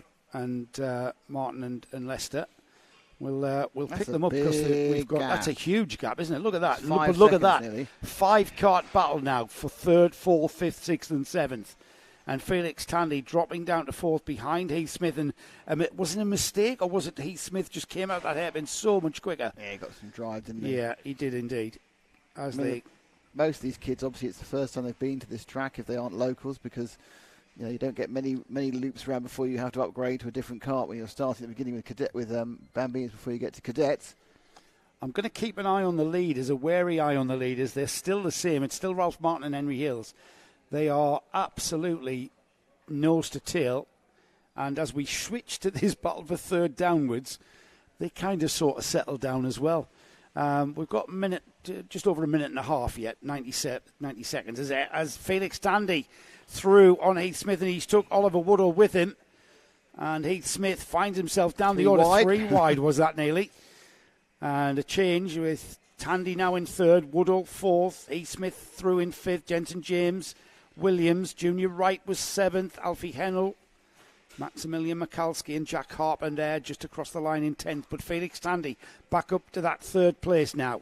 Yeah, the lack of noise makes them look like gliding from left to right. They kind of almost like, synchronized ballet dancers going into their moves. They're not making much noise, but they are still a second slower. Felix just looking over his shoulder there to see where Woodall is, and Felix there carrying a lot of speed through the right-hand sweep. That brings you into the stewardesses. Well, the lead's got broken up as well now. It's a big gap between first and second. Huge gap, yeah. Mountains break. So it must be a minor mistake, I think, by Henry Hills. Up and then defending again and up the inside.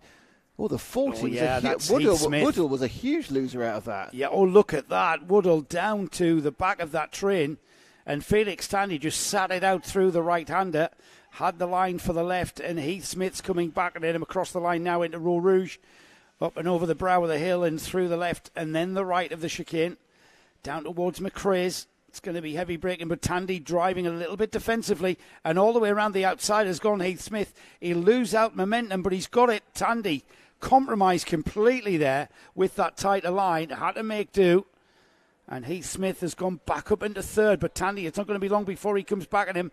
The number 28 there, the yellow bumper. I'm pretty sure his dad would have got up early across there at Watkins, going to be watching in on the cart on the grass and all sorts. Woodall just slightly leaned on Jensen James Williams as he went past him. So Woodall's now up to fifth. The leaders are still split. This is where the action is at the moment. But can Tandy move forward? Will Tandy move back? Because he's under pressure again from the 40 kart of Woodall. That's the orange machine, and it's going to be a move up the inside, and Tandy's going to drop down. Oh, is he? He doesn't like to give it. Now we're 3 wide. This could be a problem. Hung out to dry. He's going to go to seventh. Hung out to dry massively, Felix Tandy. And he's at the back of that train now as they've gone through. Heath Smith, Jensen James Williams, Oliver Woodall, Junior Wright. Felix Tandy finding himself in 7th place. He'll have to find a way of coming back at them. But it's all about this lot here. One back there. Yeah, it looks like he might have dragged one back. It's good news for Heath Smith. I better say good news, but second and third's about to change, I think. Yeah, we have had, it looks like a change 40, there. yep. In has gone. Woodall's actually, no, it's not, sorry, that's because broken away now is Heath Smith in third. So Woodall picks up fourth then. Well, he's got Oliver Woodall, the number 40, he's gotten ahead of the 45 of Jensen James Williams. Because they've swapped out 4 times. Yes.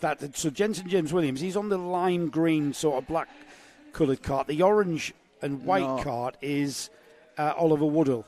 I think our leader's just won, by the way. Is the checkered flag out? No, sorry, the leaders. Yeah, the checkered flag flies. Whilst we concentrate on this intriguing battle for third place, Ralph Martins took the win. Henry Hill second.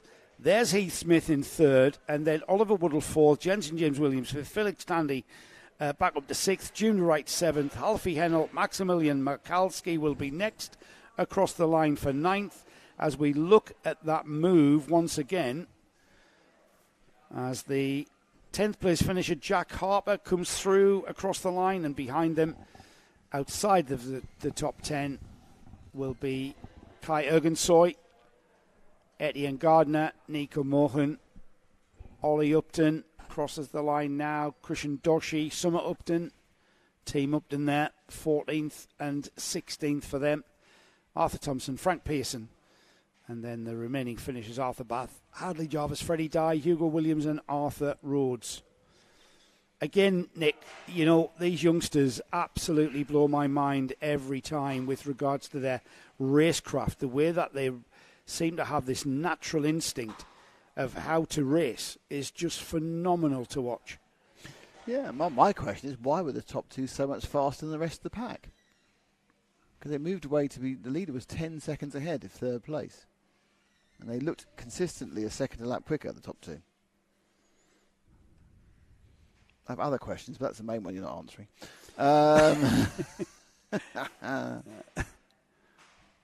We have got Micromax out next. And I will have a look at their championship standings in a moment, if I've got it up now. Before we look at the grid, championship looks like this. Alfie Mayer, he had a second place at Wilton Mill. He took the win at Glanigors and a second place podium finish at Warden Law. He's leading the championship on 581 points. 553 points is Benedictus Masiokas with 2 third-place finishes in rounds 1 and 2, a fourth-place finish at Warden Law for round 3. Logan Rolfe was the winner at Wilton Mill for round 1. He's third in the championship. He had a fourth and a seventh, rounds 2 and 3. Lewis Herbertson's fourth in the championship. Albie J. Stubbs is sixth, and then Lewis Kirkcaldy. Albie J. Stubbs is fifth in the championship. Sixth in the championship is Lewis Kirkcaldy, and Lewis taking the third and final step of the podium. I have no idea who won Warden Law, Nick. Yes, it's on. You need to scroll down. No, I can't because it's a photograph. Yeah, obviously, a visitor or a local must have won it. Yeah, and I'm intrigued as to find out who. So, have we got any messages? No. Please message us, because we need to find some way for Joe to actually be able to look and see what's going else is on. Yes. You have to go a long way back into history. Talk amongst yourselves. Sounds like my This life. is where you can fill, Nick. Really? While I get. I told you my 2 stories. I'm intrigued. I've only got 2 stories. Oh, really? Yeah. No, You've got more than that. You've got more. You know You that. told us your Amish story, stories, which always comes out at ROWRAH. Well, that's because you always lead into it. Your of course. My first ever race was at ROWRAH. Of course. I couldn't believe the value for money. You're just mocking me now. That's bullying. Matt Hunter, if you're listening, you probably won't be because you've got the UKC at your track. This is Nick now bullying me. It takes a long time to get back, doesn't it, really? Yeah. I told you he accused me of bullying you, didn't I? Well, it's because you do. I feel oppressed by your very presence. Okay, here we go. With the... Austin Orman, of course. Austin Orman. He came out to compete at his home track. He's off doing the UKC and the British this weekend. Both at his home track. At his home track, yes, at Warden Law. Now then, the grid for this one. Lewis Kirkcaldy on the front row, 52.726. Billy Hugo alongside, 52.766. Championship leader Alfie Mayer shares the second row of the grid with Logan Rolfe, so a championship protagonist massively there on the second row. Jack Mellon and Chloe McGill are on row 3. Row 4 is Carter Jackson and Ruben Sagoo. Xavier Ramsey and Freddie Blackshaw. Freddie with ST Racing at a track he knows well. He's on the 5th row. Lewis Herbertson and Jamie Walsh are on the 6th row. And then we've got Travis Giddings and Jensen Darlow, Victor Poppercool and Ronnie Faulkner. 17th is Zach Andrew. 18th is Albie J. Stubbs, and Benedictus Masiokas is behind him, and they've had their times disqualified from qualifying. So Albie J. Stubbs and Benedictus Masiokas starting where we're not expecting them to be. Masiokas second in the championship, Albie J. Stubbs 5th in the championship, so we expect a damage limitation showing from them making their way through the field if they can. Yeah, and they're looking to get going. Lights are red, lights are still red. Those lights aren't working properly, are they? Because the lights didn't go out again. They're still red beneath me. Does that mean they are going to go around again? No, the lights are still red. And they're racing. Okay, we are racing. We've got somebody going very wide there. And that is the number 15 of Alfie Mayer. And Alfie, of course, in the Zip Factory kart team. Let's have a look. Down the inside and carried a lot of speed, which he then had to just let that kart breathe onto the outside curbing. It's not the Zip kart, it's a false start. Yes. I don't know how it took him so long to work that one out. Yes. I've had a message from Mr. Martin Webster. Lovely up here. Lovely up here, well, she's over there to our left. Yes, he is. Martin's on our camera at the top of the hill. This camera here, this is Lester Forbes, who has become part of the Karting Life team for the first time this weekend. It's great to have along. Leicester's Oh, bloody hell. stranger to... real. Oh, we've got a real shoveling along there. concertina effect, 14 and a 77 and a 96. Right. Well, the 27, but Abby J. Stubbs, 14 got a right bout. Is it 14 or is it 12? Got a right bump up the backside. Right, let's see if we can get this underway then, guys. We'll keep an eye on the red light. We'll keep an eye on the red light. Going out, they do go out, and I think we are actually racing this time, Nick. Yeah, a bit of weaving in the front, a couple of rows, which isn't always particularly popular, but they had actually given them the go by the time it started, up and through Row Rouge and then down towards McRae's the first time. No one pops out to make a move, so it'll be as you are. And they come back up towards the second of the hairpins, which is Airedale's. And there's the Zip Kart driver, number 15. Double move. Yeah, Alfie Mayer, who has made that move up to second spot. The number 32, Logan Rolfe. That's the Synergy team, with Logan at the wheel trying to come back in him as well. 2 Synergy karts there, side by side. The number 11 of Buddy Hugo as well. But this is allowing the leader to break free a little bit. Yeah, Hugo's down to 4th. He was scored second over the line, but there was quite a lot of movement actually in those first couple of rows. So when they crossed the line, they were still shuffling themselves out by the time they got through Row Rouge first time. But here we go. Good cadet from Mayer, from Rolfe, from Hugo, from McGill, from Mellon, from Walsh, from Segou. And a little bit of a separation, and there's a move for the lead. Oh, massive move down the inside on the brakes, Nick. But is it going out for it over and under? Yeah, no. that was absolutely last of the lead breakers. Slots in behind him now. Iredale's, he's not coming back at him. And almost connected there, the third place kart of Logan Rolfe. But that is an absolute master move there from Alfie Mayer. He left his braking to the very last, and the number 19 of Lewis Kirkcaldy had to make room for him, really. Here they come then, back towards us at the paddock. Through the right-hander there at St John's and into the left-hander. That's called Sunny Corner. And then towards this sweeping right-hander at paddock. It's a fast loop, that corner. It is. It's very fast. Much faster than you think. But not as fast as you might want, so you sometimes get caught out. Well, that is true. Yeah. Buddy Hope into look third. at that. Buddy Hugo into third. We had a massively compromised exit of the chicane by that leading kart there. The Alfie Mayer, number 15, getting it all wrong on the exit curbs, and it hasn't affected his race at all. He's looking over his shoulder. Yep, he's still there, mate. Lewis Kirkcaldy's still there. And Kirkcaldy just wants them to break free from everybody. They're not, though, are they? Because how many's that, Nick? 1, 2, 3, 4. 1, 2, 3, 4, 5, 6 karts.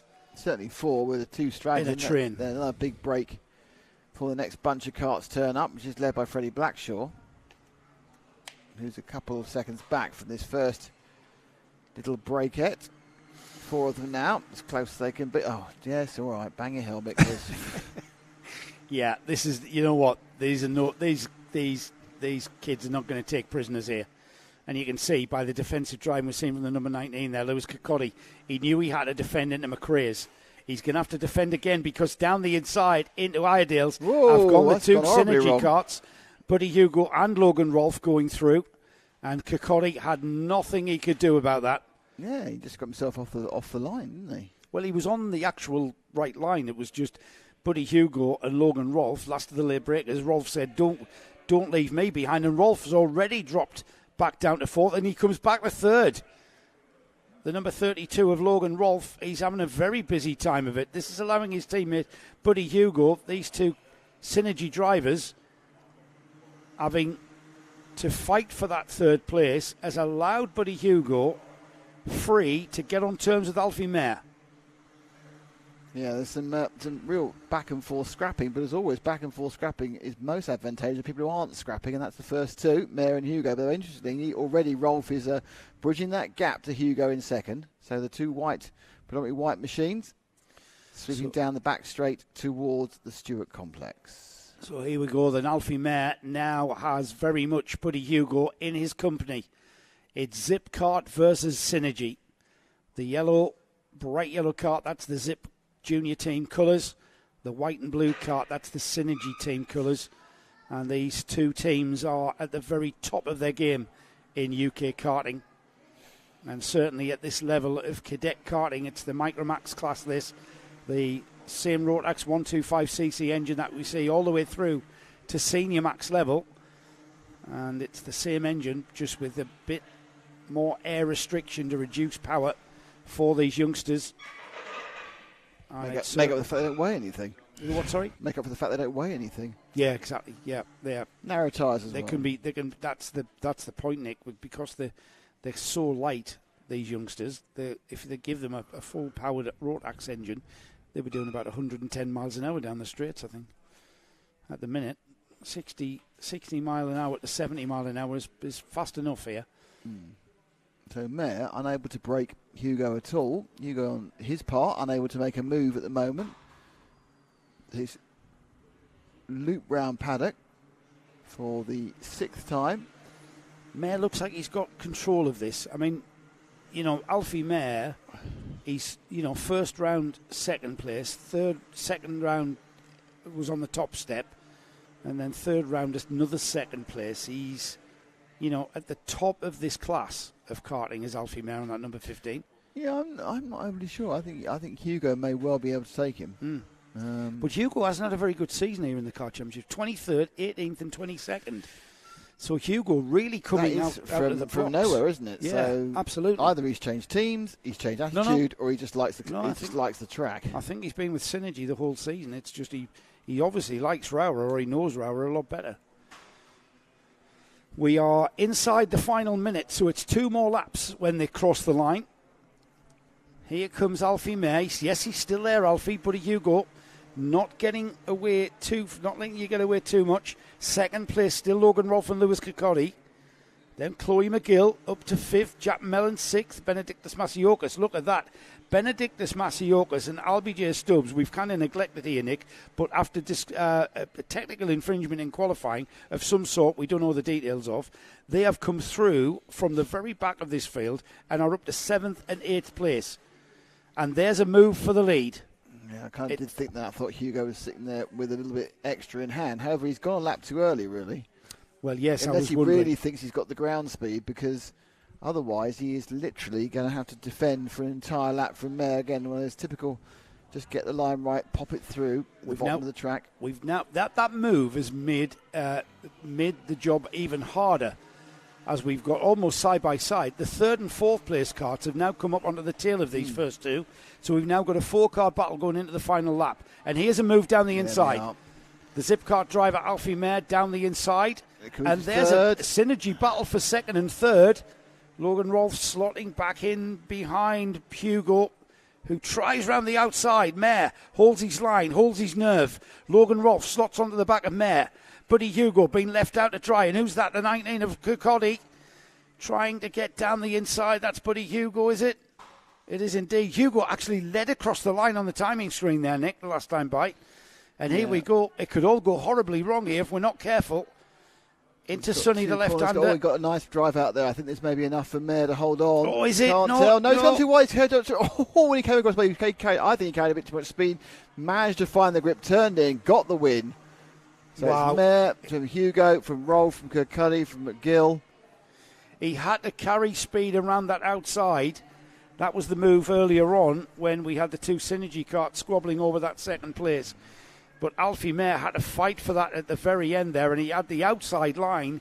He didn't back down from Buddy Hugo moving through on the inside. He kept his foot in, didn't he, around that outside line? Yeah. It was kind of like NASCAR. He gave it some, and then he thought, and then he turned, I've got some grip. That's all right then.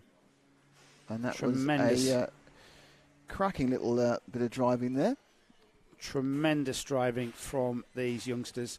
That is the Intermax Heat 1. We're already into our 2nd phase of heats. Heat 2 for our Honda Cadets will be coming next. And don't forget, we are back early tomorrow, back at 9 o'clock in the morning tomorrow on Karting Live TV and, of course, the Kart Championship YouTube page. So we've got an early start for you all, which obviously we're very chuffed about, aren't we, Joe? Yeah, absolutely. I'll be home for the football tomorrow night. I won't. Yeah. This is one of the ones. This is kind of your gloating event, isn't it? Where you get home before me. Yeah, I like when we come up north. Yeah, but next week Karting Live TV. We couldn't be further away, could we? Couldn't be further away. We don't do Larkhall, so we couldn't be further away. Look at the beautiful scene we've got here, though, the vista of the Lake District. Yeah, and don't believe anybody who says the sun doesn't shine at ROWRAH. Shine. Malcolm Fell just tapped me on the shoulder and said, remind everybody about their sun cream, will you? I will do. John Smart says, good luck, Ronnie Smart, watching from Portugal. John Smart, if you are on holiday in Portugal, lucky. we hate you. No, we were in France last week. It's fine. Yeah, but we weren't by a pool, were we? We were at the pit lane in Le Mans. It was cold and wet in France. Right, I bet if you walk around this paddock and said, where would you rather be, the pit lane in Le Mans or a pool in Portugal, I reckon you get 90-10 saying pit lane in Le Mans. I wouldn't be in that 90. No, neither would I. Don't tell anyone. I've done it 18 times. Yeah, exactly.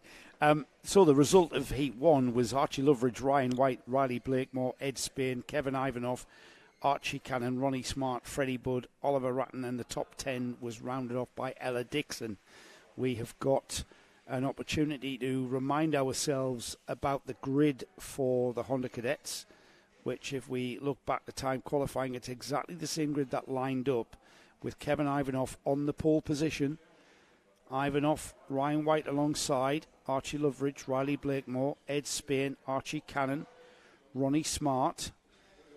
They are just waiting there in the collecting area, which is undercover here at ROWRAH, which in the autumn and winter months is that because it's normally raining? A massive bonus here. We are just on the edge of the Lake District up here in Cumbria. I think the nearest town is Workington. It is, yeah. The nearest village is Egremont. And everybody it's not really here, near anywhere, to be honest. It's not. It's there's a reason why it's so picturesque, because we really are in a rural setting. From my remembrance, Workington Town were the first club to be not elected back into the 4th division when I started watching football. Because in the olden days, you didn't get automatic promotion from whatever the National League was. You had to prove that you had a ground. You had to be elected, yeah. You had the funds. And it was a real kind of old boys clubs. They obviously didn't vote for each other. They always voted for each other. And then eventually, if you were really awful for 2 or 3 years and owed people money, you finally got kicked out.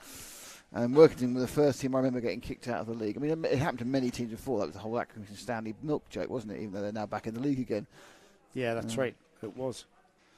Honda Cadets making their way around what will be a standing start. We've got another round of heats, points up to a maximum of 40 points for the first heat phase. Ed Spain had a very good run at the first round, maximising his points haul to 40 in the first round. So Ed Spain making his way around a little bit off the front row. Kevin Ivanoff and Ryan White are on the front row. They will pull up onto their front slot.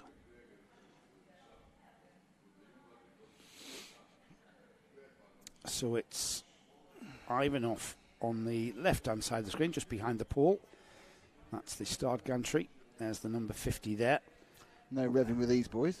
Now, Ryan White is there in his Project 1 overalls and Project 1. I think he's in the Project 1 awning, but he's certainly run by his dad, Paul.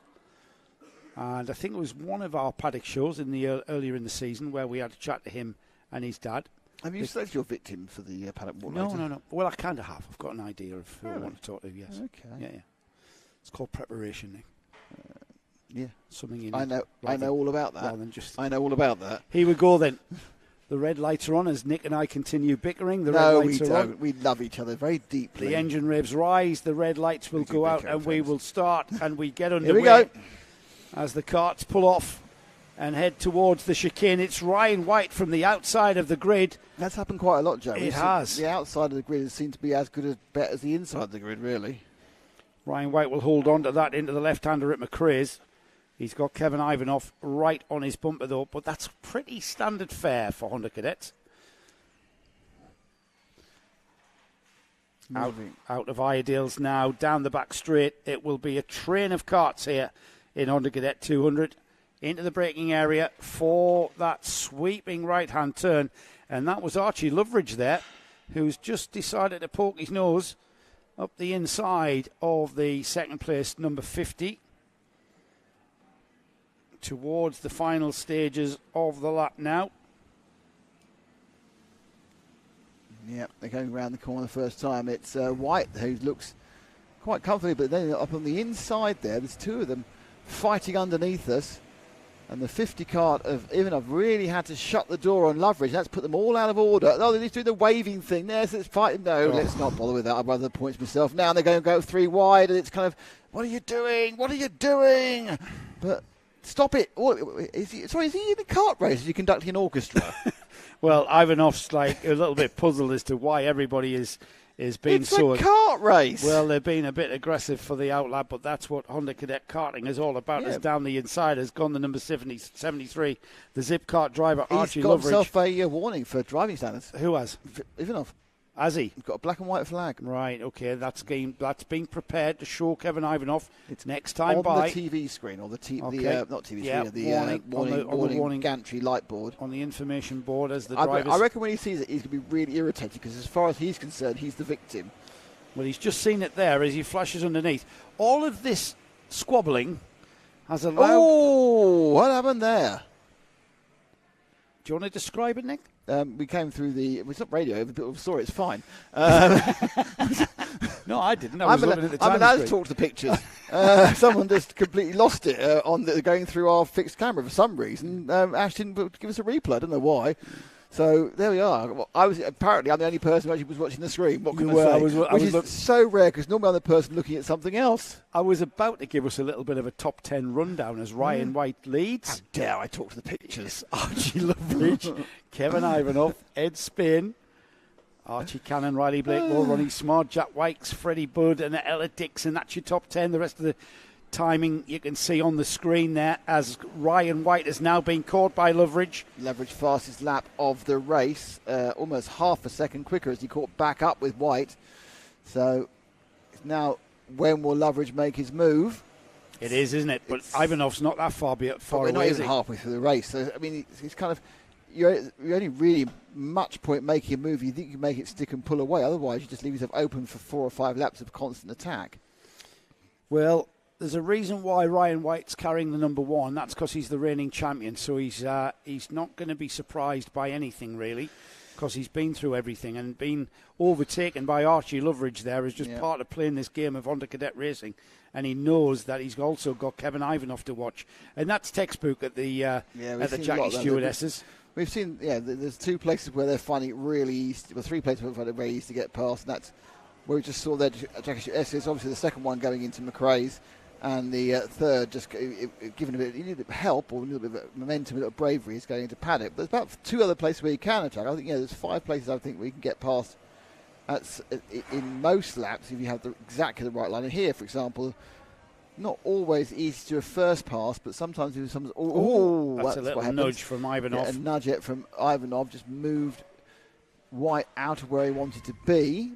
I don't think it was malicious. I think he's just one of those things where you're not quite in the right place. And he hasn't got a bumper penalty from it. It's one of those things, Nick, where they're so closely matched. I say closely matched. Archie Loveridge just pulled a gap. He's not closely matched. He's pulled away because White got knocked offline. Yes, White was very close to him before, put 2/10, and he was actually gaining back up on him. But effectively, that little misunderstanding with Ivanov took them aside, and that may be enough to give that fresh air gap, which Loveridge can then use, because he's not giving him such a slipstream, to instantly catch back up on him.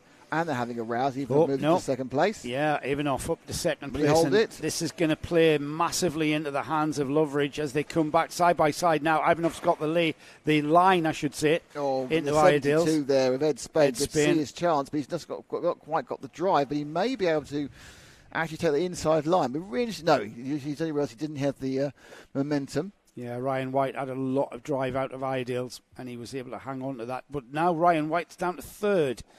And he doesn't want to languish there too long, because all the time Archie Loveridge is disappearing. They're still concertinaing up. A little bit of a argy-bargy going on, inadvertent, nothing deliberate. As they come through, it'll be 6 laps completed by Loveridge.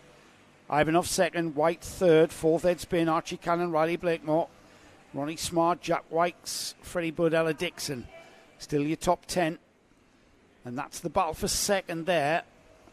Who not far behind is third, the number 1 there, third Ryan White, and then Ed Spain, Archie Cannon, Riley Blakemore.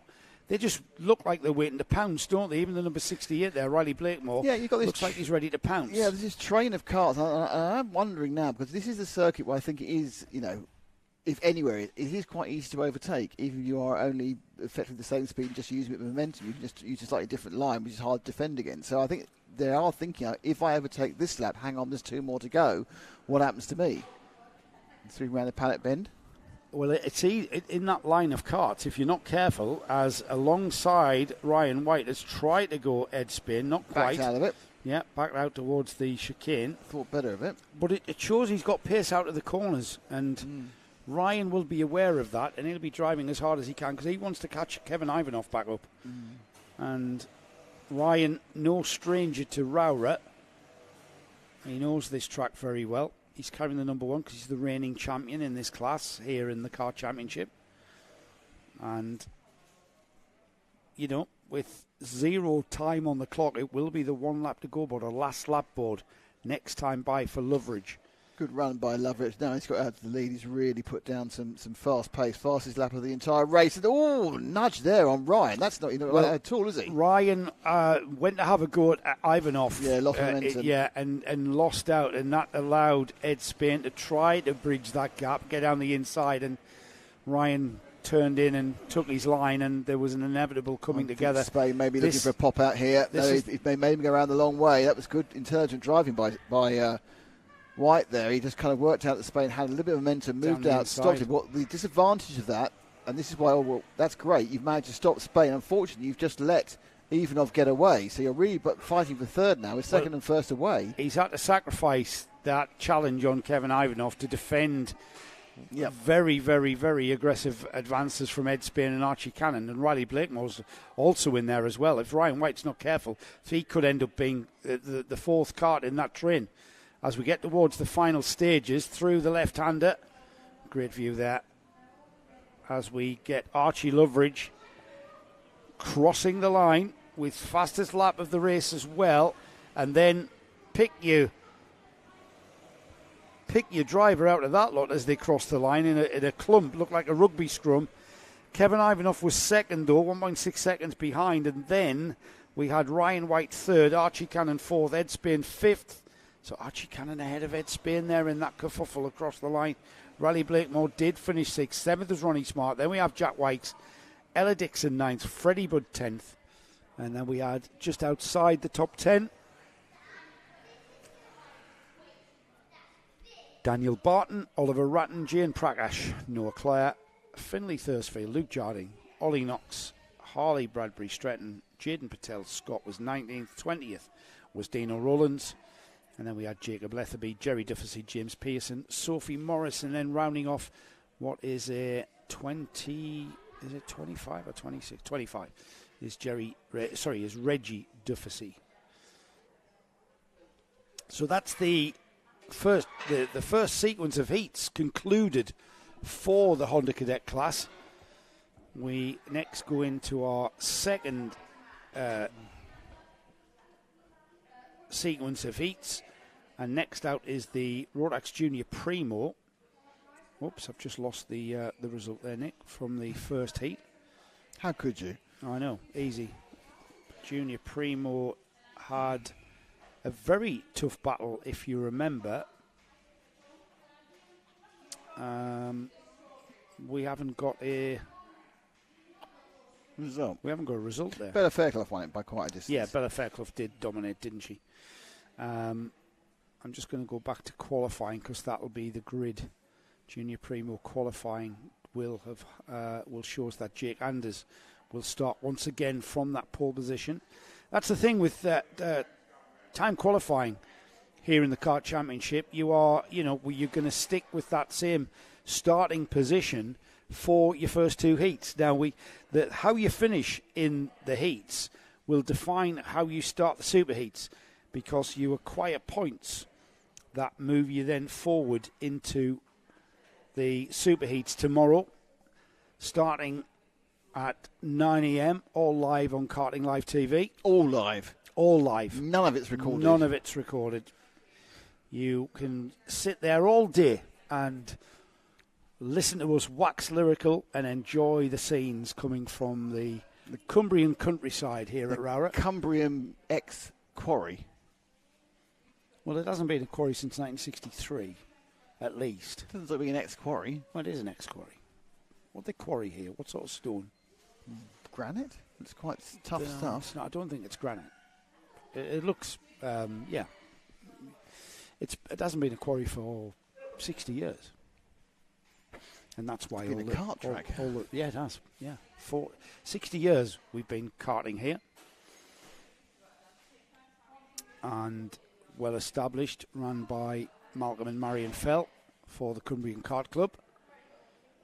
And the sun not shining as brightly as he was. No. We've got a bit of cloud cover, haven't we? No, we've just letting us all down, the sun, after promising so much. I'm going to check the weather app to see if we've got. Now, there was nothing forecast, Nick. Nothing rain-wise. No, nothing rain-wise at all. We are just on the northwest edge, just west of Keswick. If you are familiar with the Blast west from Keswick. If you're familiar with the Lake District, just on the western side. Actually got a bit chilly. Whitehaven is actually closer than Workington, Nick. Whitehaven? They've got a rugby league team. Have they really? That's the only thing I know Whitehaven for. We've got rain coming overnight, so all this rubber will be washed off. Really? And then, tomorrow we've got clear skies all the way through the day. Is there any rain coming tomorrow? Overnight rain. Nothing that's going to disturb us racing here. I don't have any overnight rain. I've got it 16 and 17 degrees and sunny. You know how accurate my annoyingly weather accurate. forecast It's very annoyingly accurate. It has been a couple of days. At Le Mans. Yeah. I'm using the same situation, same thing. Kept raining, didn't it? Kept raining at Le Mans. But I was telling you exactly when the rain was. Those of you who don't know, we were at Le Mans last week. We haven't even mentioned it about 14 times. Say that again. Yeah. We were at Le Mans last week. You were at Nürburgring 2 weeks before, and that was completely destroyed by weather. It was fog. Red flag at 11 o'clock at night. Since the last time we've done this, you've been to the Nürburgring and Le Mans. I've done 2 different RC events. One in Sicily and one in Montpellier. Oh, very nice. And it's like sort of geography top trumps or something. Yeah, next week we're going down to Dunkerswell. Week after Misano. Misano in Italy for a 12-hour race. I don't know. The week after that, Fullbeck. And then here. For the O-Plate. Yeah. Fullbeck for this championship, TKC. Do you want to have it after Fullbeck? I'm going on a week's holiday. So am I. There we are. No, you're not. You're cheating on me. No, that's not until August. And that's how many weeks you've gone ahead? I'm squeezing a one in, though, in between. The weekend of the 27th, 28th. We have got karts out on track. Oh, no, you're right, because I'm doing an RC event in Italy that weekend. Yes. And then you're cheating on me. Well, I think I am. I'm not going to announce that yet. No, we're not announcing it, but you're cheating on me. Jake Anders leading the field round. Bella Fairclough is alongside Harris Ali and Alfie Forrester on row 2. Ellis Daly and Laurie McVeigh, row 3. Daniel Hartley, championship leader, is on row 4 with Leighton Kelly. Joseph Mills and Maya Simpson are next. Then Tyler Davis and Taylor Dixon. Row 7 is Eddie Stewart and Thomas Butcher. Jacob Rump and Riley Mason Lewis are next. Sophie Caldwell and Ethan Bath are on row 9. Row 10 is Jack Johnson and Ewan Stevenson, and running off the 22 kart field is Zach Kane and Jensen Cook. Now, Bella Fairclough had a very, very good run. Annabella is Bella's full name. She's been ridden by her father, William, and been karting since 2021. So she's got a little bit of experience under her belt, and she certainly knows how to drive ROWRAH. Here they come then. Can Bella make the break again? Nope. As they get across the start-finish, and it's side by side. A little curb there. Side for by our leader, side through Eau Rouge. Got a big. If he wasn't, they're very young, but if he wasn't sore before, he'll be sore tomorrow. Again, landing that, smashing on his backside and his back. But he's made a nice break, and there's been a bit of a kind of a trip over behind him. So the first two have got a nice little break between third and fourth for this first lap. Now trying to work on the away shot now. Who's in third place? And it is... Oh, no, we had a massive coming together there. Oh, how many karts are involved there? 1, 2, 3, 4, 5 karts thinking of getting moving. Not doing it at the moment. And then we got... Oh, that's a lovely shot. What a lovely little shot that was for one t'other there. And our first two are away again. The 53 kart, the white kart, or the white and grey kart of Jake Anders. They're very conveniently for us to describe all yellow machine of Bella Fairclough. And Bella hunting down Jake at the moment as they go through ROWRAH for the second time. Yeah, the ex-kart driver, as if he had mirrors, they'd be full of Bella Fairclough, wouldn't they? Well, there's no mirrors on karts, so he's just got to look over his shoulder and see that bright yellow fairing. He looks again. She's still there, mate. She's coming. Not going nowhere. Yeah, she's coming. Her tyres are going to be coming on in another lap or so, and then everybody's optimised. So Jake Anders, you'll be relying upon those tyre pressures being right for you. Everybody's scrabbling for grip in the early laps, of course, because it takes a couple of laps at least for the tyres to come up to temperature, Nick. We haven't mentioned that this weekend so far. We've been blinded by the sun. Yeah, we have been blinded by some fantastic racing here in the Kart Championship, and we've got a fantastic race developing for the lead. Behind these two, Harris Ali, Ellis Dealey, Alfie Forrester, Daniel Hartley, Laurie McVeigh, Taylor Dixon, Joseph Mills, Leighton Kelly. They've been broken away. Top second down. Oh, she's thinking about it again. He's defending. Jake Anders having to defend there already in these early stages. And Bella Fairclough down the inside at Iredale. There we go. That's there it is. Where it was. Yep. Yeah, that's it. And he's coming back. Not taking it. Not taking it at all. Fantastic driving from these two. So Jake Anders not happy with being overtaken at Iredale's by Bella Fairclough, but she's not done, is she? Coming back at him right on his bumper there. Into the left-hander at Sonny. It's the run down to Paddock. He's got to leave the door wide open if he wants to optimise it, and Bella trying to get down the inside. They've had a slight coming together. There's waving arms in the air. I'm not sure what that is, side by side into the chicane. Up and over the brow, and it's Bella Fairclough who will have the lead, but is he going to come back at McRae's, Nick? He's looking like he's having to think about it. But some very assertive driving by both drivers in that last two-thirds of a lap. But the net result is Fairclough has got back into the lead as she did in the previous heat earlier this afternoon. Now, what can Anders do? Because I think that if he lets her settle for a lap or two, she'll be able to break and get a gap. And she's already got a couple of kart lengths.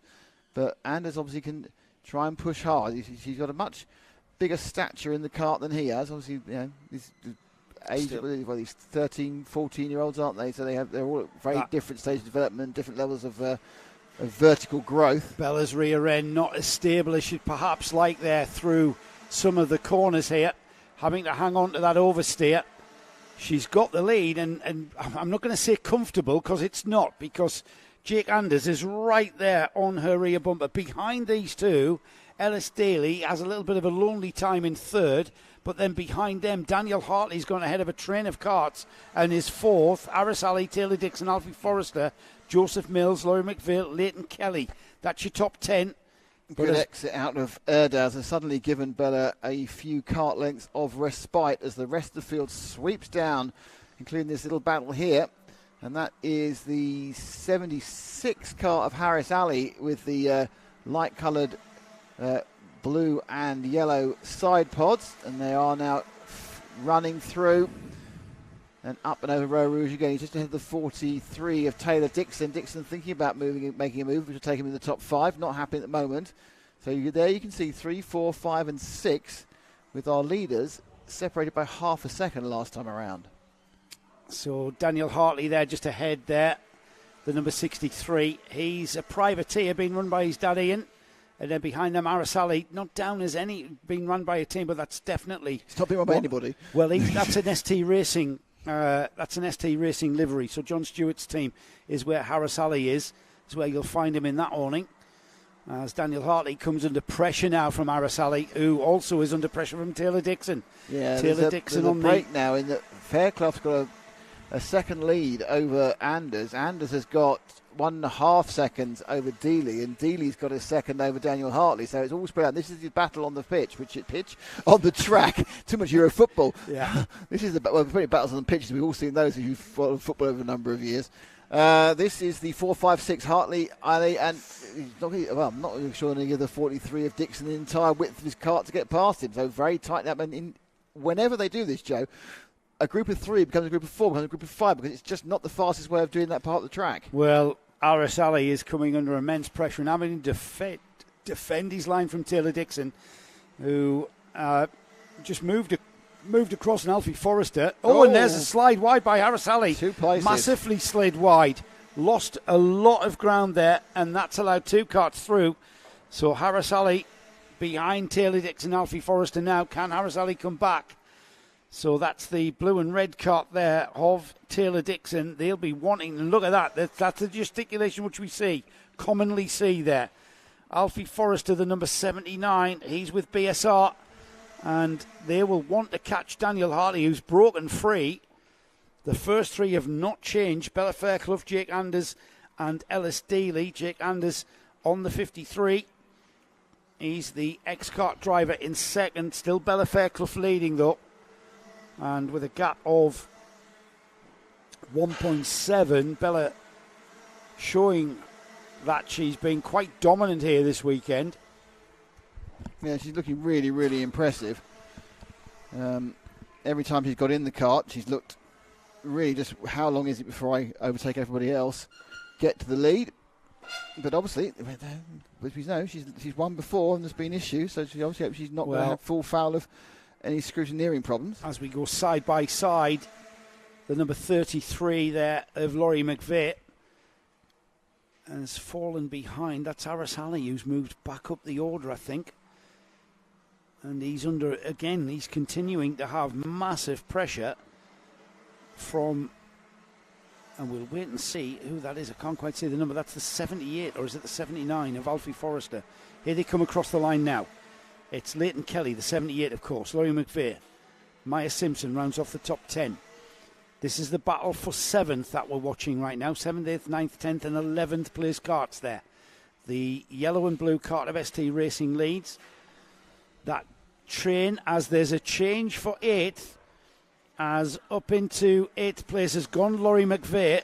And again, these hairpins, Nick, give us textbook overtaking, don't they? They do. Down the inside. And often the move is made by a mistake that was made at the previous hairpin for the next hairpin.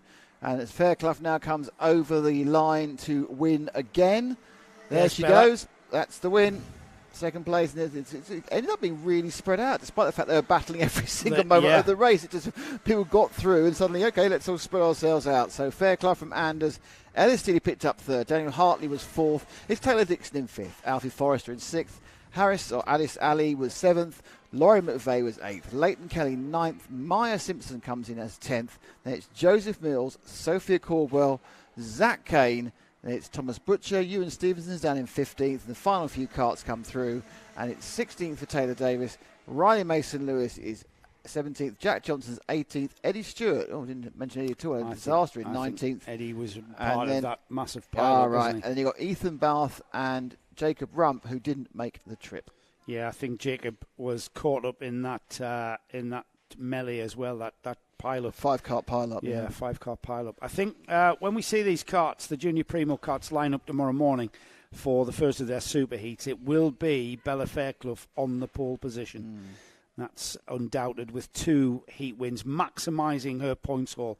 40 points for Bella at that one. Yeah, and somebody's going to have to try and find a way of preventing her from carrying on doing that, because she's got a little bit of pace about her at this track. We've got the Coma C50 Bambinos lined up on the collecting area there. Out of interest, Joe, from that previous race, is that still on the timing and scoring? What was her fastest lap?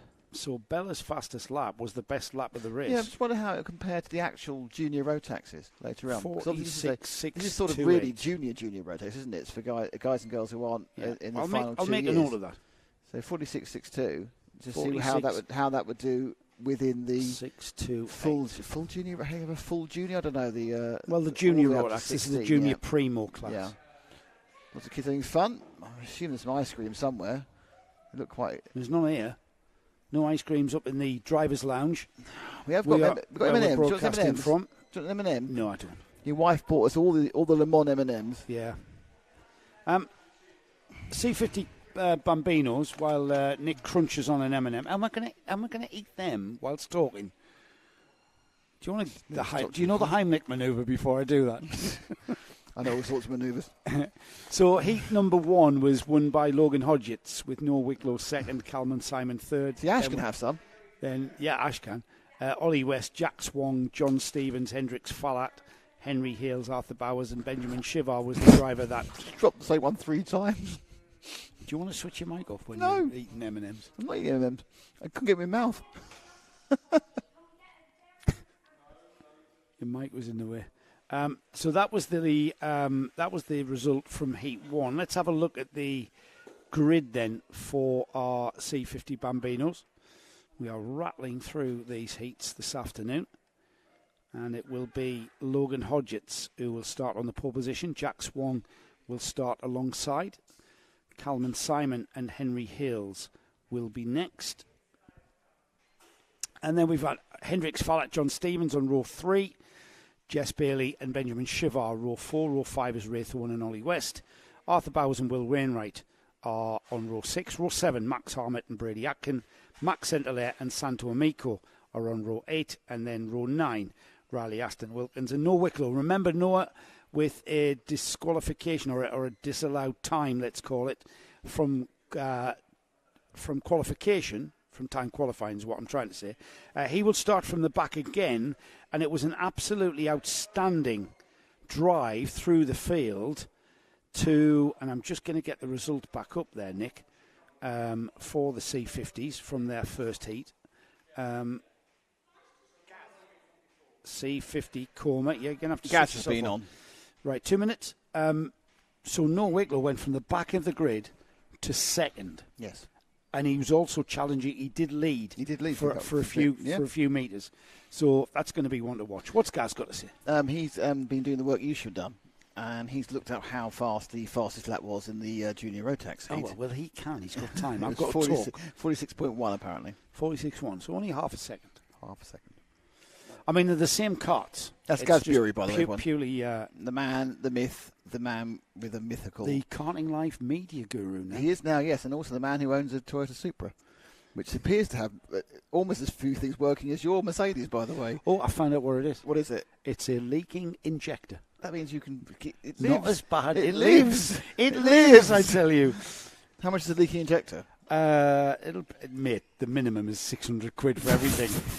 600 quid to look at. Yeah, look at it. 600 quid, please. Yeah. When I had my, remember I had the RS7, they had the warranty work. Yes. They ended up replacing all the injectors and all the other sort of work, and it was £8,500. I know. Luckily, not for me. I know. We have released the C50 Bambinos, and there's the dad's race. Can we stay with that, Ash, if we can? They're not really trying at the moment. They're not really trying, but we're going to G them up for tomorrow. Right. I have a couple of... When we finish racing here, Joe has to go and do the pit walk, and I have to go and sort out the link to the PA.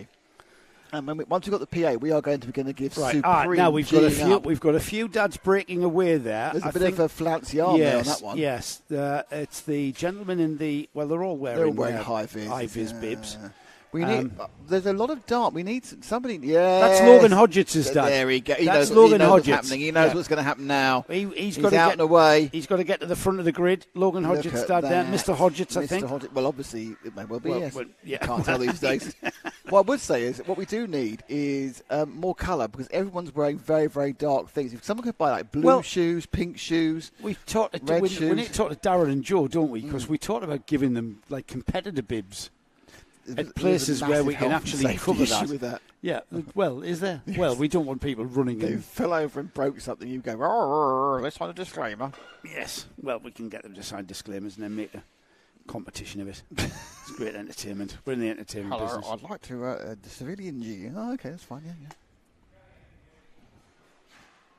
So, same grid order as last time. Remember how great these races. There they go. Rev. This obviously is a thing. It's not annoying at all, Nick. Well, they're doing it. I'm just concentrating on it. There's obviously a reason for that. Now, whether I don't know what that is. It's not to warm the clutch up or something. That's the brake he's on. No, it's not. It's his right foot.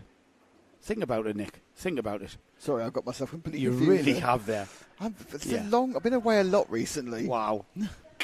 Wow. Hello, I don't know how to drive. Here we go. Blipping with the throttle. I'm going to ask the Bambinos later. We're away. The red lights have gone out. You can ask them because you're doing a pit walk. Yeah, I know. Logan Hodgetts, that's the leader. Start. Who's that number Poor 12 start again? From the 67 there. Calman Simon. Jack Swan had a big issue on the start. Simon's made 2 great starts. He has. These two were led away in the first heat. Keep an eye at the back of the field for Noah Wicklow. He'll be coming through as well. We'll keep an eye out for him as these two head off towards Iredale's. That's the right-hand hairpin. Simon's looking incredibly racy at the moment. He did in Heat 1, but he never challenged. These two are good mates, remember. They had lunch on the table behind us. They need to throw that out the window. This is the problem, you see. Modern school kids are all taught to be nice to each other. You know, when we were at school, are you kidding me? We were at school, it was British Bulldog, wasn't it? You know. Are you kidding me? The fierce competitors. I think Calman Simon is, or I should say, Logan Hodgetts. He might be easy to keep with, but he's very, very difficult to get past. Yeah, they come those around. Back towards just underneath. So you know that. So are they both northeastern lads then? No, far from it. No. Just they had lunch behind us, and they were on the same table. Logan's dad and Calman's dad. Here they come then. Underneath the driver's lounge here at ROWRAH and into the chicane for the first time. Hodgetts, Simon, Hendricks followed up the third, Henry Hills fourth, Jack Swong fifth, John Stevens, Ollie West, Benjamin Shivar. Just behind Shivar, Noah Wicklow. Way off with one of the carts there. I think he's all right, but he just really lost it. The cart, I think in fifth, it was. Maybe in one, just disappeared into a slightly different postcode temporarily. I think he may have come back and probably only dropped a couple of positions, but he's gone like that. So as the leader heads down towards the stewardesses, I think we need to look back towards third place, Nick. Ash. So let's just drop back from these two who are continuing to lead the field round. Overtaking manoeuvre, aren't you? Yeah, that's where the action's going to be, I think. Because look at that. Hendricks Fallat, is it? That's leading that train round. But then look at that. 1, 2, 3, 4, 5, 6, 7, 8, 9 carts, I think, is in that train. And in that train is Noah Wicklow, who is about third from the back of them. He's ninth. Well, he was ninth last time around the line. Fallat, Wong, Hill, Stevens, West, Wicklow, Shivar. That's that train of carts there. Behind Shivar, Arthur Bowers. That's the last cart in the train. And whether or not this lot are going to follow one another round, or are they going to squabble? I think the tight line was tried there. Didn't work. I think it was John Stevens trying the tight line, wasn't it? It was a 57. Henry Hales trying the tight line. He's been hung out to dry by it. Just his momentum's everything in this one. Now he's got a problem getting back in as Wicklow has a chance to move up the inside. John Stevens has just moved up the order as well, and with the green helmet. I think that's John Stevens. Wicklow found his progress blocked by other carts at that point. That's very frustrating. He's still moving forward. There he is. He's in the fourth of those carts. And he's seeing you look for his space, but there's somebody else trying to taking your space. Here they come then towards Paddock Turn. Top two still in the same order. Underneath the driver's lounge now will go the leaders across the line. Hodgetts, Simon second, and then this gaggle of carts. Fallat, Ollie West, Noah Wicklow, Jack Swong, Henry Hills. It's Ollie West with the green helmet there, who seems to be very, very racy indeed. Wicklow trying to get by Hendricks. Fallat, is it? Yes, it is. Fallat, the number 15, dropping behind Ollie West. And Wicklow can't seem to get by Fallat. He's got Jack Swong now on his left-hand side. He slots in behind. He's got a little bit of a carts gap to make up before he can challenge Fallat. Ollie West driving very defensively into the stewardesses. And there's Wicklow down the inside. And he threw it down the inside there. And he takes the place from Fallat for fourth place. Yeah, he's got a long way. There's a huge gap, isn't there, out from third, which he's very quickly built up. The 28 who got away there. He's got plenty of time as well, really. 2.5 minutes. Plenty of time to catch Ollie. You saw first on his list as they cross the line is Ollie West. Hodgetts and Simon already through. Ollie West there, the green cart. He's in third. Noah Wicklow behind him. He's the cart that has come from the back of the grid after an issue in qualifying, and they're all ready. But Ollie West is quick, isn't he? These two have raced all season, Ollie West and Noah Wicklow. And now Wicklow under pressure from the number 15 of Fallat, who likewise under pressure from Jack Swong and Henry Hills. Oh, he's got two wheels on the grass. And he's trying to... he got caught up there, didn't he? Yeah, he was just trying to nudge West. That's worked in his favour, actually, because he's not only nudged West, he's got past West. Yeah, I think their bumpers hooked up together. That was what Wicklow was trying to do. No, they weren't. He was just trying to get space by... They weren't hooked up. He was trying to get space by nudging, in fact, his rear wheel across. I mean, it's fair enough. I mean, he wasn't really in a unwise position, but he did end up being slightly stretched. Now, the front two have stretched themselves out. Logan Hodges has got a big lead now over Carmen Simon. And we'll get the exact gap in a few seconds. He gained 1.3 seconds that time round, Joe, just on that one lap. So Hodges has broken Salmon. Now, whether we're going to see West get to Salmon or it's Wicklow, so he gets Salmon, or West get back to Wicklow. Yeah, well, Ollie, the Salmon's got a problem. I think Salmon's slowed down in some way. He's losing ground massively, isn't he? He was way ahead of those two. It's more what he's lost from the leader. Yeah, he's dropped back from the leader, and also, you know what? Almost, yeah, he's got a problem, hasn't he? Look at the way that they're making ground there on Coleman Simon. A little problem, but a little problem is all you need in these these incredibly closely matched machines. You get a tiny little problem, and you're just a sitting duck, and that's what he is at the moment. They're just going to get out. It's going to be two more laps. They're just getting him on the straight. It's going to be two more laps after this. Wicklow through down the inside of Coleman Simon. And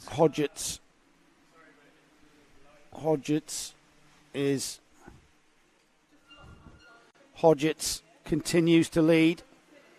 Coleman Simon has dropped back now behind Wicklow and Ollie West, as Ollie West has made, I think, what happened there, Nick, as we were interrupted by somebody who didn't realise what live broadcasting means.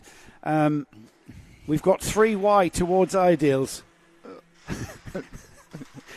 3 wide towards Iredales. Ollie West on the inside. Wicklow's just on the outside. I think everybody was in that position there. As Coleman Simons seems to have he's got a bit of power back and he's coming back at them. But look at that. How many times do you see that? We came out, we're almost 2 wide, 3 wide. Incredible racing from these C50s. Incredible racing. Ollie West still at the front of that pack though. And that's second place that they're battling for. It's going to be the 1 lap to go board. The last lap board will be shown to Logan Hodgetts and the rest of this field when they come underneath the driver's lounge here at ROWRAH. But Ollie West has got pace to keep Noah Wicklow behind him. He's defensive across the start-finish line and into ROWRAH chicane. Into the right, now the left. He's got a whole lap to hold off Wicklow, and Wicklow we know has got speed. Into the braking area, middle line for Ollie West, and Wicklow comes down the inside, and it's a drag race towards Iredales. Ollie West has got the line. Can he outbrake him? It looks like he has, but Wicklow's going to try and do the switchback. And look at the cars behind. I know, it's huge. But interestingly, they obviously stay themselves enough for Salmon to actually stay Cameron Simon to actually stay almost competitive, because he's got a slight issue, lost a bit of pace. Great driving from Ollie West this to defend that line. He used the inside line at the stewardesses. He knew that's where he was vulnerable, and he closed off that door. There's Logan Hodgetts. Hodgetts about to take the second heat of the day, and by he a country mile as well. Absolutely, but that's because the lot behind him have been squabbling. How's this going to look? Ollie West and Noah Wicklow side by side across the line, and everybody else is about 7 wide across the line. How did it finish? Hodgetts takes a win. Ollie West second. Noah Wicklow third. Coleman Simon it was who got fourth. He came back on song, didn't he? Don't know what happened there. Jacques Wong fifth. Hendricks Fallat. What happened to Hendricks Fallat there? He dropped a 6th there on that final lap. Henry Hill 7th. Arthur Bowers 8th. 9th was Shivart. John Stevens was 10th. And then behind them, just outside the top 10, Brady Atkin, Ray Thorne, Will Wainwright, Jess Bailey, Santo Amico, Max Harmon, Max Sendelaire. And it was Riley Aston Wilkins who rounded off the 18 Kart field. That was different. Anyway, so... Well, the racing wasn't. The racing is exactly what we would expect. Exactly, that's right. Exactly what we would expect. Gans just wants to say super works fine when it's parked up. Anyway, I'm off back to walking around Kew Gardens. What's he doing with the weekend off? Well, once he's at Kew Gardens, he does his break out and watch some karting on his phone. No, it's way too peaceful here. I need to watch some karting right away. Anyway. Right, Nick, Intermax next. Yes. Intermax next. Now then, Heat 1, we saw Max Gilman take the win from Jensen Seal. And if we refresh our memory for the Intermax Championship, it's Max Gilman who leads the championship with a fourth, a first, and a fifth from the first 3 rounds. This is, of course, the fourth of 5 rounds. The next round being in about a month's time at Fullbeck. Once you're in, you can't get out. I mean, this track has been, well, if you can get in, this track's been here since 1963. Fullbeck, I think, is not far behind it. Well, Fullbeck's been there since the Second World War, but how long it's been a track, I don't know. Traditional airfield circuit, another track that I started out very early on, visiting Fullbeck, venturing from the confines of Felton in Northumberland, ROWRAH in Cumbria. And then we used to venture down to Fullbeck, all the way to Fullbeck. Really? Did you get any further south? Across to Three Sisters. No. How far south did you get? Shennington. Shennington, that's quite south. Well done. Butler Park? No. Too far south. Far too far. Did you race at Tilbury? No. Nearly raced at Tilbury. I raced at Tilbury. I fell out of the car. I just hit my shoulder at Tilbury. Did you race at the Hull Street race then? No, but I'm sure we're going to hear this story. But I've heard that Hull's quite close to Sunderland. Yeah, not quite. Not quite. So the grid then, what's the grid? What's the grid for Intermax? It's a small grid of Intermax drivers. We've got small, perfectly formed, as they say. As they say, a lot of drivers choosing. For instance, the was it Austin Allman who won the? Yes, it was, wasn't it? No, it wasn't.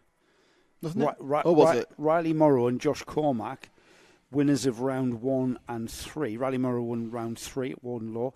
Josh Cormack round 1 at Wilton Mill. Max Gilman won round 2 at Gleneagles. But Morrow and Cormack are not here. They're obviously on UKC duties, I would think, back on my home track at Warden Law. So we haven't got the pleasure of their company. Their qualifying went like this, of course, just to remind everybody. Time qualifying had JJ Plowman, the ST Racing driver, on the pole position with a 48.933, a 48.950. Max Gilman, championship leader, is alongside. Jensen Sale and JJ Lowe are on row 2. Jensen Walker and Fraser Anderson are on row 3. And then we've got Rio Wadali and Sandro Kemp on row 4, with Jack Moss from the True Performance Motorsport team rounding off the 9 Kart field. Now then, where is George Ralston, who is on the entry list with ambition, but is not here? Max Gilman down as a privateer. JJ Plowman with ST Racing. Jensen Seal. Jensen Seal was with TW Racing. JJ Lowe, the number 148, is not given, but might be able to tell who he's with by his livery. Jensen Walker is, again, no information given as to which team he's with. The number 161, Fraser Anderson, is a privateer. Number 121, Rio Wadali, no information as to who he's with. Sandro Kemp, the number 117, is a privateer. And Jack Moss, as I said, is with True Performance Motorsport. Don't forget, when you put your entries in, don't forget to put which team you're with or whether or not you're a privateer. Yes. If you're not with a team, put privateer, because you get a big round of applause being a privateer going up against these strong kart teams. I was a privateer, back of a Ford Mondeo. Is that it?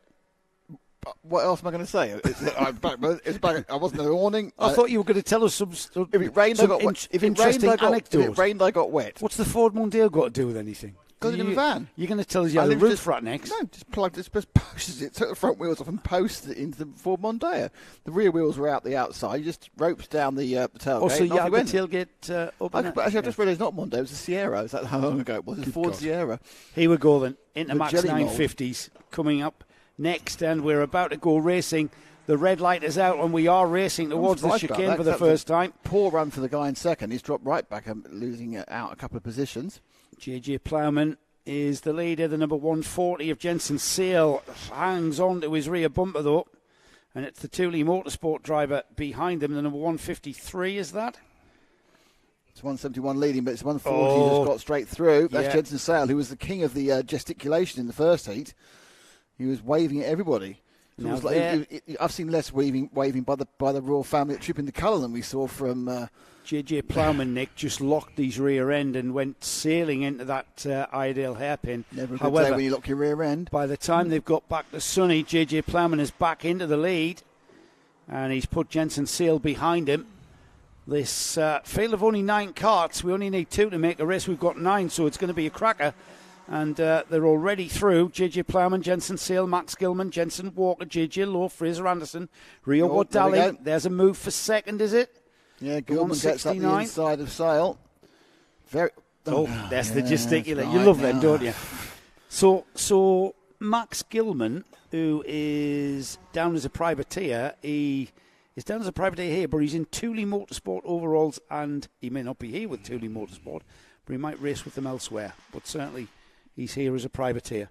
He's a privateer, but, also races with the team and can phone someone up and ask them how to set the cars up. Well, he's chasing the leader down, JJ Plowman now, I think, being caught. We had a little bit of a trip over. Max Gilman just beginning to get his head down and focus on the rear bumper of that ST Racing kart of JJ Plowman, who was doing a great job there, just holding fort at the front of this field. Jensen Seal, he's hanging on to these leaders as well as they come through Iredale's. The 3 of them will accelerate onto the back straight, heading down towards the stewardesses, which is a sweeping right-hander, almost 180 degrees, and then into the S's there. It's a left, right. That's the right-hand bit there. That's all the stewardesses there, and then into St John's, then into Sunny. And look at this, Max Gilman down the inside of JJ Plowman in textbook style. Plowman trying to come back at him, and it's almost side by side across the line. Plowman has to slot back in before they get to the chicane, and up and over the brow of ROWRAH. They've gone out and already down to the McRae's hairpin, and Jensen Sale challenging the rear end of JJ Plowman as they get towards and out of the hairpin now. Another hairpin, this time a right-hander coming up. And as they turn in, the Max Gilman blue and white livery. There was the move for the lead. Nice one. Absolutely on the limit, on the edge of everything. By the way, if you're at the track at the moment and you have access to a tea urn, Dan would like a cup of tea. Is that what you've come up here for? Remember where this is the driver's lounge, Dan. You are an official. So yeah, if you have a flask, if you give us 5 minutes, do you want coffee? No coffee, because I can put a pot on. Dan Ashton. It's Dan the clock of the course. He is. He's everything, yes. But he hasn't got a cup of tea. Needs a cup of tea. He's come up. The driver's lounge. And he didn't know it was cash only either. So these days, because apparently the machine's broken. Back to the race. The driver's lounge catering is closed for the day. Chance to make money has gone. Why would it be open at 4 o'clock in the afternoon? Yeah, well, because they've decided that they're going to depart from Barcelona rather than Miami this time. Gilman has not broken away from Plowman, who likewise has not broken away from Sale. These 3 have been the dominant drivers in this Intermax class as they go through the paddock turn. And it will be 5 laps completed, just under 3 minutes remaining. And you know what, Nick? I can't see, as much as Plowman is hanging on to Gilman and Seal likewise hanging on to Plowman, I'm not sure either of these 2 drivers have anything in that toolkit to have a go at Gilman. No, Gilman's looking quite relaxed, even though he's only got a 3 or 4/10 second lead. But he's looking over his shoulder. Not sure there's going to be enough momentum for the traditional dive up the inside. It's just that kart length out of reach from a throw it down the inside from JJ Plowman or a banzai from Jensen Sale. But, it's close now. He's going to have to be careful as he turns right in about 1 second's time. But he's gone tight rather than the racing line up the inside. It's gone off. Plowman, Sale went down his inside there. They're coming together and he spun, and that has spun JJ Plowman around through 180, went up in the air, had nothing to do with that whatsoever, and was a bit of a victim of circumstance there was JJ Plowman. The driver trying to rejoin, he does get things going again, and the good news is that JJ Plowman will continue. He was just off at the side there, wasn't he? It was 6-1. Well, we're not getting involved in... I'm not sure what's going to be the decision by any clerk of the course. It was a racing incident, but whether there is blame to be apportioned, we don't know.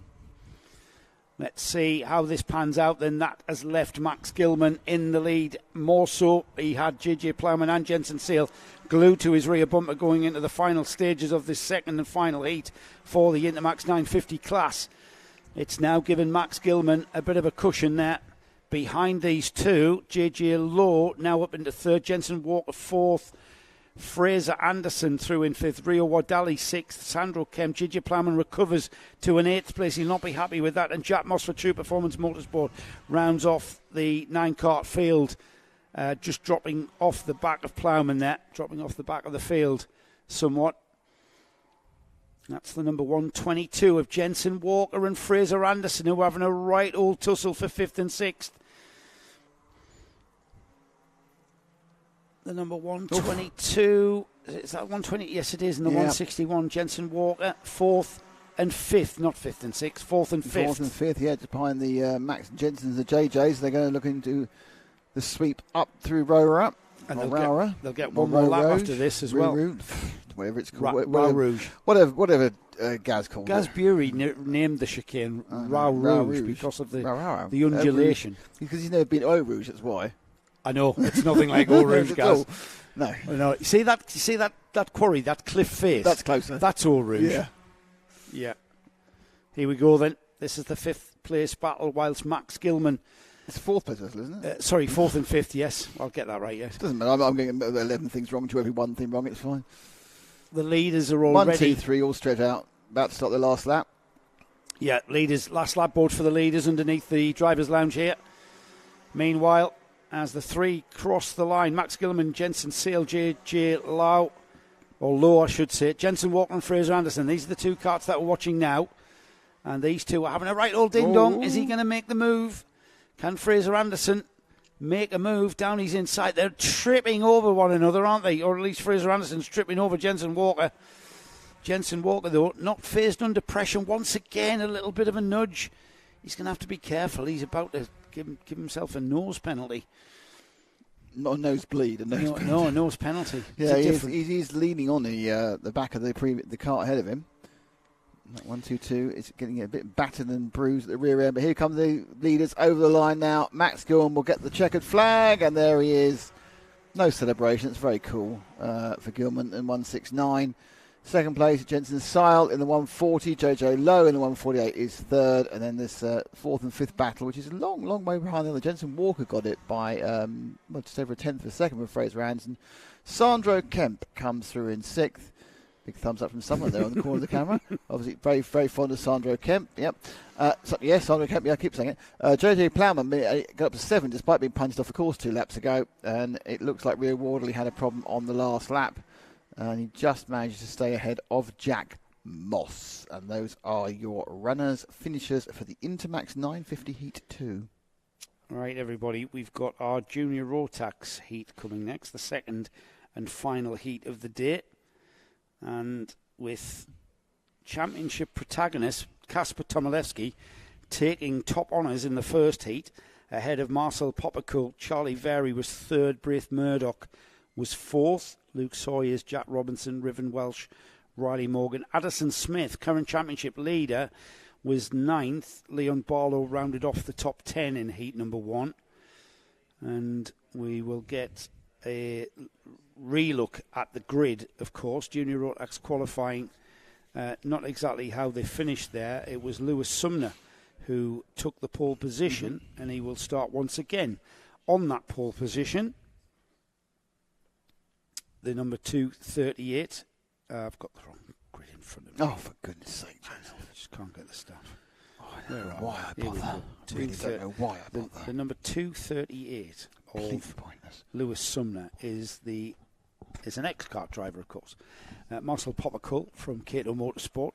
We had a plethora of Cato Motorsport. There was 4 of them at least. What the collective noun for a Cato Motorsport is? A clutch of Cato Motorsport. Possibly. I need a bigger bottle. Showing off now. Mm-hmm. There they are, ready and waiting for the being released. Whether they actually hold them to the timetable. Yeah, of course we do. This is an MS UK. Oh, you can't get ahead of yourself. No, I quite like ahead of yourself. I see.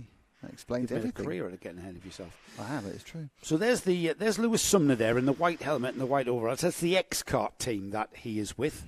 Just to the right of him is the first of our Cato Motorsport, the KMS team, well represented. Marcel Popocool, Kasper Tomilewski, who is on the number 220. Kasper is also a KMS driver. So a little bit of inter-team rivalry going on in Junior Rotax, no question about that. And we see a different attitude, don't we, really, Nick? When you see these youngsters out there in the heat of battle, they have a completely different attitude to somebody they've then, after the race, got to go back to the awning and sit with. Yes. I assume they're doing it every week, so they kind of get to the point where they're going. I know you're an idiot, but fine. There's a you know what I've seen so many times. And who else do they play Mario Kart with? There's so many times you see parents of kids getting so het up after a race, and the parents having a little bit of a confrontation, and then the kids going off and playing football together. And just like sort of much the annoyance of the getting parents. over it, just getting over it. Literally wanting to have a much bigger row about it. Because at the intensity they leave on the track, quite frankly. Leave your intensity on the track. So Addison Smith starting down the order, isn't he, Addison Smith? Yep. He's starting in 14th. Now, he was the winner at Wilton Mill with Addison Smith on the number 215. He's down as a privateer. I believe, and I'm going to confirm this in the break, Addison is on the Venator racing engine. He took the win at Wilton Mill. He was 13th at round 2 at Glenagores, and he was 10th at round 3 at Warden Law.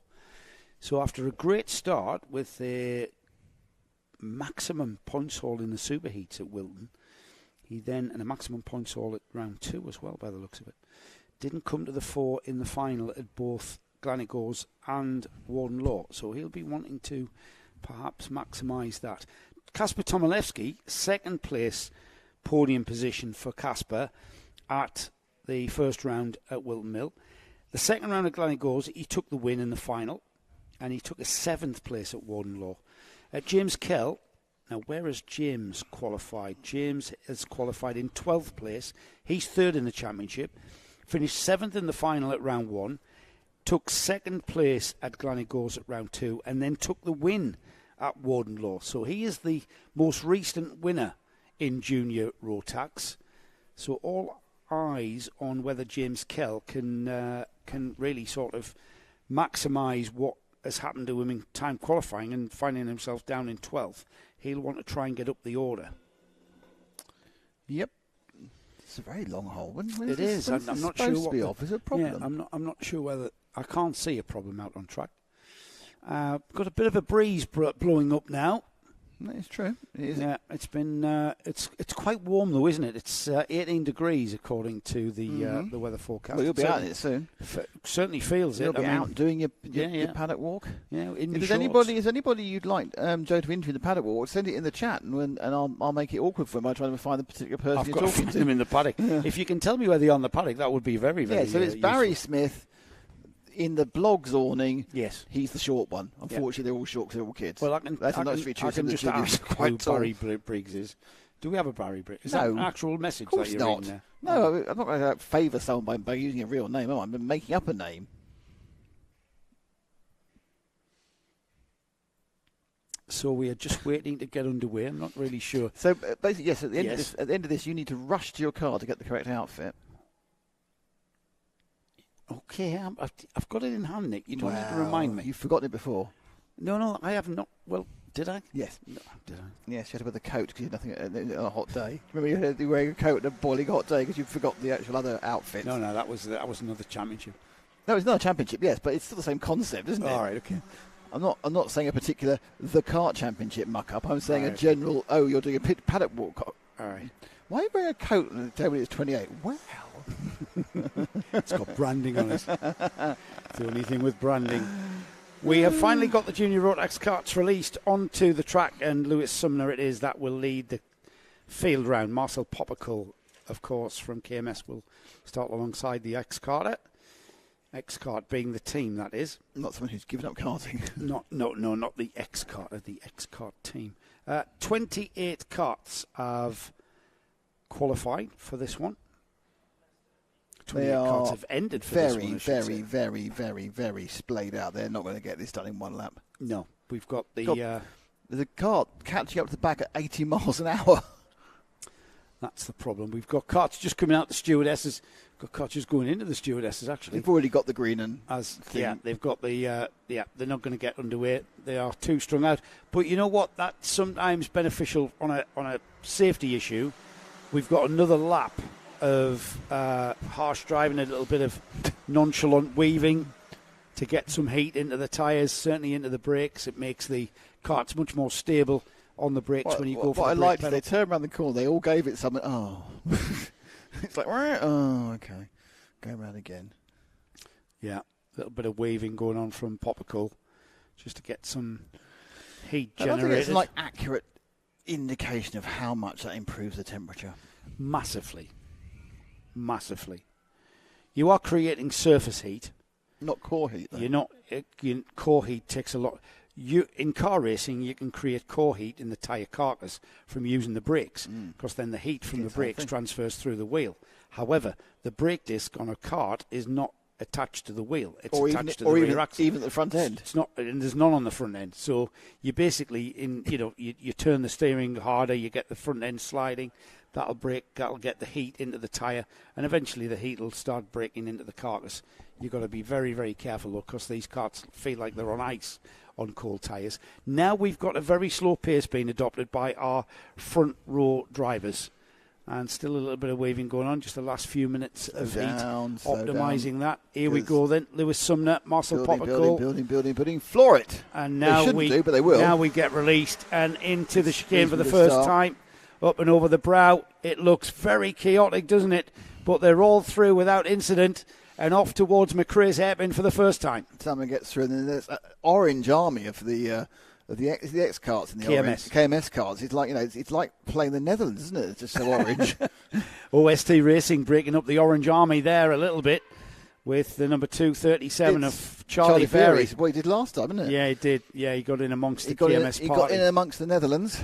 It's X-Kart that's leading, though. Lewis Sumner towards St John's, the right-hander, the downhill sweep towards that great site there, iconic site here at ROWRAH. And then off towards the paddock turn. They'll come underneath us in the driver's lounge now. We're just to the right of that picture there. As they come underneath us and head off towards lap number 2. It's Sumner, Poppicle, Tomilewski, Luke Sawyers, Charlie Very, Riven Welch, Braith Murdoch, Jack Robinson, Riley Morgan. It's Emily Cooper rounding off the top 10 there just at the back of that train. But this is allowing Lewis Sumner to break free. Yeah, there's been a change. Tomilewski's got past. So Tomilewski now into second. He's past his teammate Poppicle. Tomilewski will close the gap. We saw this in Heat 1. We saw him do exactly this in Heat 1. He breaks free, takes his time, waits for the tyres to come in. And then when he's got those optimised, he knows what cart's underneath him. And then he starts breaking down that lead. And just look at that. The lead's broken down already onto the rear bumper of Sumner as they complete 2 laps on towards the chicane and through that field. Just look, a fantastic sight there over the brow there, isn't it? Yeah, you've chosen a good camera position. That was Joe's choice of camera position, everybody. We've moved my traditional camera position, this new one that Joe said was going to be great, and it's turned out to be great, so he's chuffed. It's so good that Ash now wants to make our moving camera that position tomorrow. Tomorrow? Tomorrow. Wow. Well, it's up to Leicester. So I get another choice of where I put that camera. No, that'll be there. Okay. Here we go then. Under pressure is Sumner. Kasper Tomilewski. He's not challenging hard, though, or is he? Down the inside for the lead. I was about to say he hasn't had a go for it. We've got the Battenberg flag out, which is basically, in car racing terms, the virtual safety car. Now, why is it out? The leader takes up the role of controlling the pace, half racing speed. Yeah, and there's a car off here you can't quite see it in the frame, but on the left-hand side of the frame, there's a car off and being sorted out. As you can see, the car is on the barriers. The driver is obviously absolutely fine. They're probably absolutely livid as well. Well, they need the cart off the barriers in case you can't go past there at racing speed. Now we clear that to behind the barriers, and that will now give the track a safe condition. Once it gets off the barrier, the driver. So the Battenberg flag will fly, and then we will go green as they come back towards us. I think we've got that obstruction cleared. So discretion always being the better course of valour here. This is a kids' championship, the kart championship. The oldest group is up to 16, and so we will always be discreet. So not discreet. We'll always show discretion over safety decisions like that, and it's bunched the field back up. And Sumner now, who had very little gap to Tomilewski, but Tomilewski had a bit of a cushion to his teammate Marcel Popical. That's disappeared, Nick. Yep. So they're going to go, and they've got the green, as you would hear if you were listening on the radio of a NASCAR or an IndyCar race. And they are flying up over Row Rouge, but it'd be interesting to see what the gaps. You're quite right. It's kind of it's more disadvantaged to people from third down over. But Tomilewski now has to rejoin his battle to try and rip the victory from Lewis Sumner. Sumner leads out of Iredale's and heads down towards the stewardesses. He looks comfortable, but Tomilewski will. Once again, he was about to challenge when that Battenberg come out, didn't he? He, in fact, showed that he was in the lead across the line, but the end he had to give up the position. Here he comes back onto the tail of Sumner towards the final turn. It'll be 5 laps completed, just under 2.5 minutes remaining. He's got a lot of pace onto that right-hander. Suddenly he gains 2/3 of a length on Sumner. Well, this was slightly over-braking, or was wondering whether he wasn't everything back up to full temperature again. I'm not quite sure. But in fact, no, Sumner I think has been slow this lap. He's still in the lead, so it's fine, but I don't think he's had a blistering pace. Looking at the way the pack's kind of constantly back behind him. He may have monitored where the pace started dropping off for him, and he may have had a slight adjustment with his mechanic regarding setup and when the kart comes in and when the kart, it may have the tyres may have overheated from the pressure, and now they've tried a different pressure, and it's a little bit better going into the final 90 seconds of this second and final heat for the junior Rotax. Tomilewski's not that far away though. No. But Sumner is able to perhaps defend a little bit better. It's looking good so far, but I think, this is where now this is quite good because Tomilewski's hung him out to dry as well. Yeah. But unfortunately he's caught himself out on the left-hand side, and suddenly got 4 karts involved. In there again, Charlie Very, that's the obvious one because he's blue and green. And we've got the 3 XMS karts. KMS. Is it KMS? Yes. I can't remember that. KMS karts. Well, they should have seats lower so I can read the K rather than the X. There's Popical, I think, just gone round the outside of Tomilewski. Is it? Or is that Tomilewski come through? No, Tomilewski. Yes, it is. Yeah. So Tomilewski's still in second. Popical tried to go around. Luke Sawyers is ahead of Chart. In fact, there's a couple of cards gone through. Very had a problem, dropped back 4 or 5 places. He's been mugged, hasn't he? 3 or 4 of the ever-flying KMS. I think that's a little bit too much curb on the left-hand side as we saw it. We've had a few changes there, Nick. Sumner, Tomilewski, Sawyers, Popical, Welch, Murdoch, Very down to 7th there. So Popical's a big loser out of that one. It's going to be last lap board as well next time through. As Sumner looking very composed in the lead, but Tomilewski... That's the slower way. He's 100% defensive now, Sumner. Yeah, that was the problem he's got is I think Tomilewski's got a little bit more pace. There's the sweeping around the outside he's not going to do. The sweeping around the inside he's not going to do. What do you do here? We have to turn right at some point here. Yeah, Sumner's going to defend though, isn't he? And Tomilewski hasn't got a way through, and if he's not careful, Luke Sawyers. Oh, look at that. Luke Sawyers, his teammate's going to come through. They've nudged each other. This is going to be a tricky conversation in the awning after this one. This is the final time into the McRae's hairpin. Yeah, and that wobble cost him a chance to go for it. And he lost him about a third or half a kart length, and that was it. And this is allowing Sumner to defend into McRae's and Iredale's. He'll defend again into Stewart's. Down the inside, Tomilewski just hasn't got any space. He's going to have to break out the tin opener to make himself a gap. And he's lost out there because he was not on the optimum line. Luke Sawyers is coming back at him. Sawyers at his teammate Tomilewski, and if Tomilewski's not careful, He's going to have to defend as Sumner comes through to take the heat win Oh. in a fine style, and Tomaszewski has to defend harshly. He defended harshly there. Yeah, they'll have a chat. They can have a full and frank discussion about that. Yes, they It can. seemed quite fair to me, but I don't think it helped either of them. Certainly didn't help Tomaszewski. I think at that point that Sawyers was third, and that was great. Charlie Very back up from 7th to 4th on those final 2 laps, or final lap and a half, actually. Fastest lap. Yeah, he dropped back, and then he really did pull it all out. Interesting, it was a 46.576 compared to the 46.628 of Bella Fairclough, so it wasn't quite as big a gap as Gaz said in the first round. Yeah, good point. Comparing like for like, just a tenth of a second. So he's the rundown. He's your top 10. The rest of the field are there, the 27 kart field. Sumner takes a very, very strong win under massive pressure there. From Kasper Tomaszewski. Luke Sawyers was third, grid battle all the way to the flag. Charlie Very regained his composure to fourth. Brith Murdoch was fifth. Sixth was Riven Welch. Leon Boller was seventh. James Kell eighth. Jack Robinson was ninth, and it was Callum Gauche who finished in 10th. Addison Smith, our championship leader, was nowhere down the order from what I can see, Nick. Wasn't even in the race. I can't see him there. Who? Addison Smith. It must have been. It must. He wasn't. He didn't take part. Oh, okay. How bizarre. Da, da, da, da, da, da. Whoops! I have no idea where I did that. You're analysing James Kell's individual laps. Oh my goodness! Talk amongst yourselves. Joe's been outwitted by the computer again. Again. Not a high benchmark. We're back. It's We're not back good. in the room. We're back in the room. Who's next? Right then. That's the heats today sorted out for junior rotax. Is it Bambino now, is it? I think we might just be going to the C50. Mighty E's, Not is C50s, the Might E's. We Might are indeed. E's. We have got 2 more heats to go. So Mighty Bambinos, their second heat coming up. And then we've got the final heat of the afternoon, which will be for Intermax. For now, though, it's the Mighty Bambinos. And heat number 1, which again, the computer's just outwitted me again, Nick.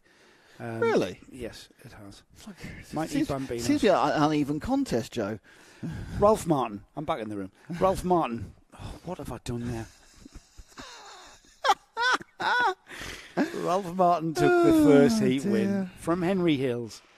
Third place was Heath Smith. Oliver Woodall was fourth. Jensen James Williams was fifth. Felix Tandy was sixth. Then we had Junior Wright, Alfie Hennell, Maximilian Mikalski, and it was Jack Harper who finished 10th. Just outside the top 10 was Kai Ergensoy, Etienne Gardner, Nico Mohan, and then the Ollie Upton from Team Upton was 14th. Qualifying, slightly different look at that. And we'll have a look at the grid for the Mighty Bambinos, who are there, as you can see. Mighty Bambinos qualifying. Saw Ralph Martin. That's the green and black cart there of Ralph Martin that you can see. He posted the quickest time of 1 minute 4.005. Second up was Henry Hills. That's the cart to the right of him there. Henry just tapping his, I think it's his right foot. Henry was second on the grid. Second over the grid will be Jensen James Williams and Felix Tandy. I would like to think that Nick is listening in or watching in from Watkins Glen. Well, we should tell us if he is on Facebook or on something else. I don't know, but by the time because it's about 20 to 10 now. 20 to 11, yeah, he might be able to catch this one. Well, he might be having a practice or something. That's true. Might be at work. A WeatherTech practice session. Yeah, might be at work. Third row of the grid is Heath Smith and Oliver Woodall. Fourth row is Junior Wright and Jack Harper. Fifth row is Alfie Hennell and Maximilian Mikalski. Sixth row is Freddie Dye and Arthur Rhodes. Seventh row is Arthur Thompson and Kai Ergensoy. It's Summer Upton sharing row 8 with Nico Mohan. Ollie Upton is sharing row 9 with Etienne Gardner. And then row 10, Kirshen Doshi, Frank Pearson. Hugo Williams and Arthur Bath are on row 11. And then rounding off the 23 cart field is Hadley Jarvis. So we've released our Mighty Bambinos. You can't hear them because they are pretty quiet. These electric powered carts. They are exactly the same chassis and tyre as we saw the petrol engine versions go out earlier and give us some fantastic racing. The racing will be exactly the same insofar as we've got It'll be electrifying. It'll be... I like that, Nick. Thank you. Can I use that? Yeah, I've been working on it for a while. I'm trying to work up into a full half-hour sitcom. You've been waiting till the last round to say that one, haven't you? Well, yeah, what can I say?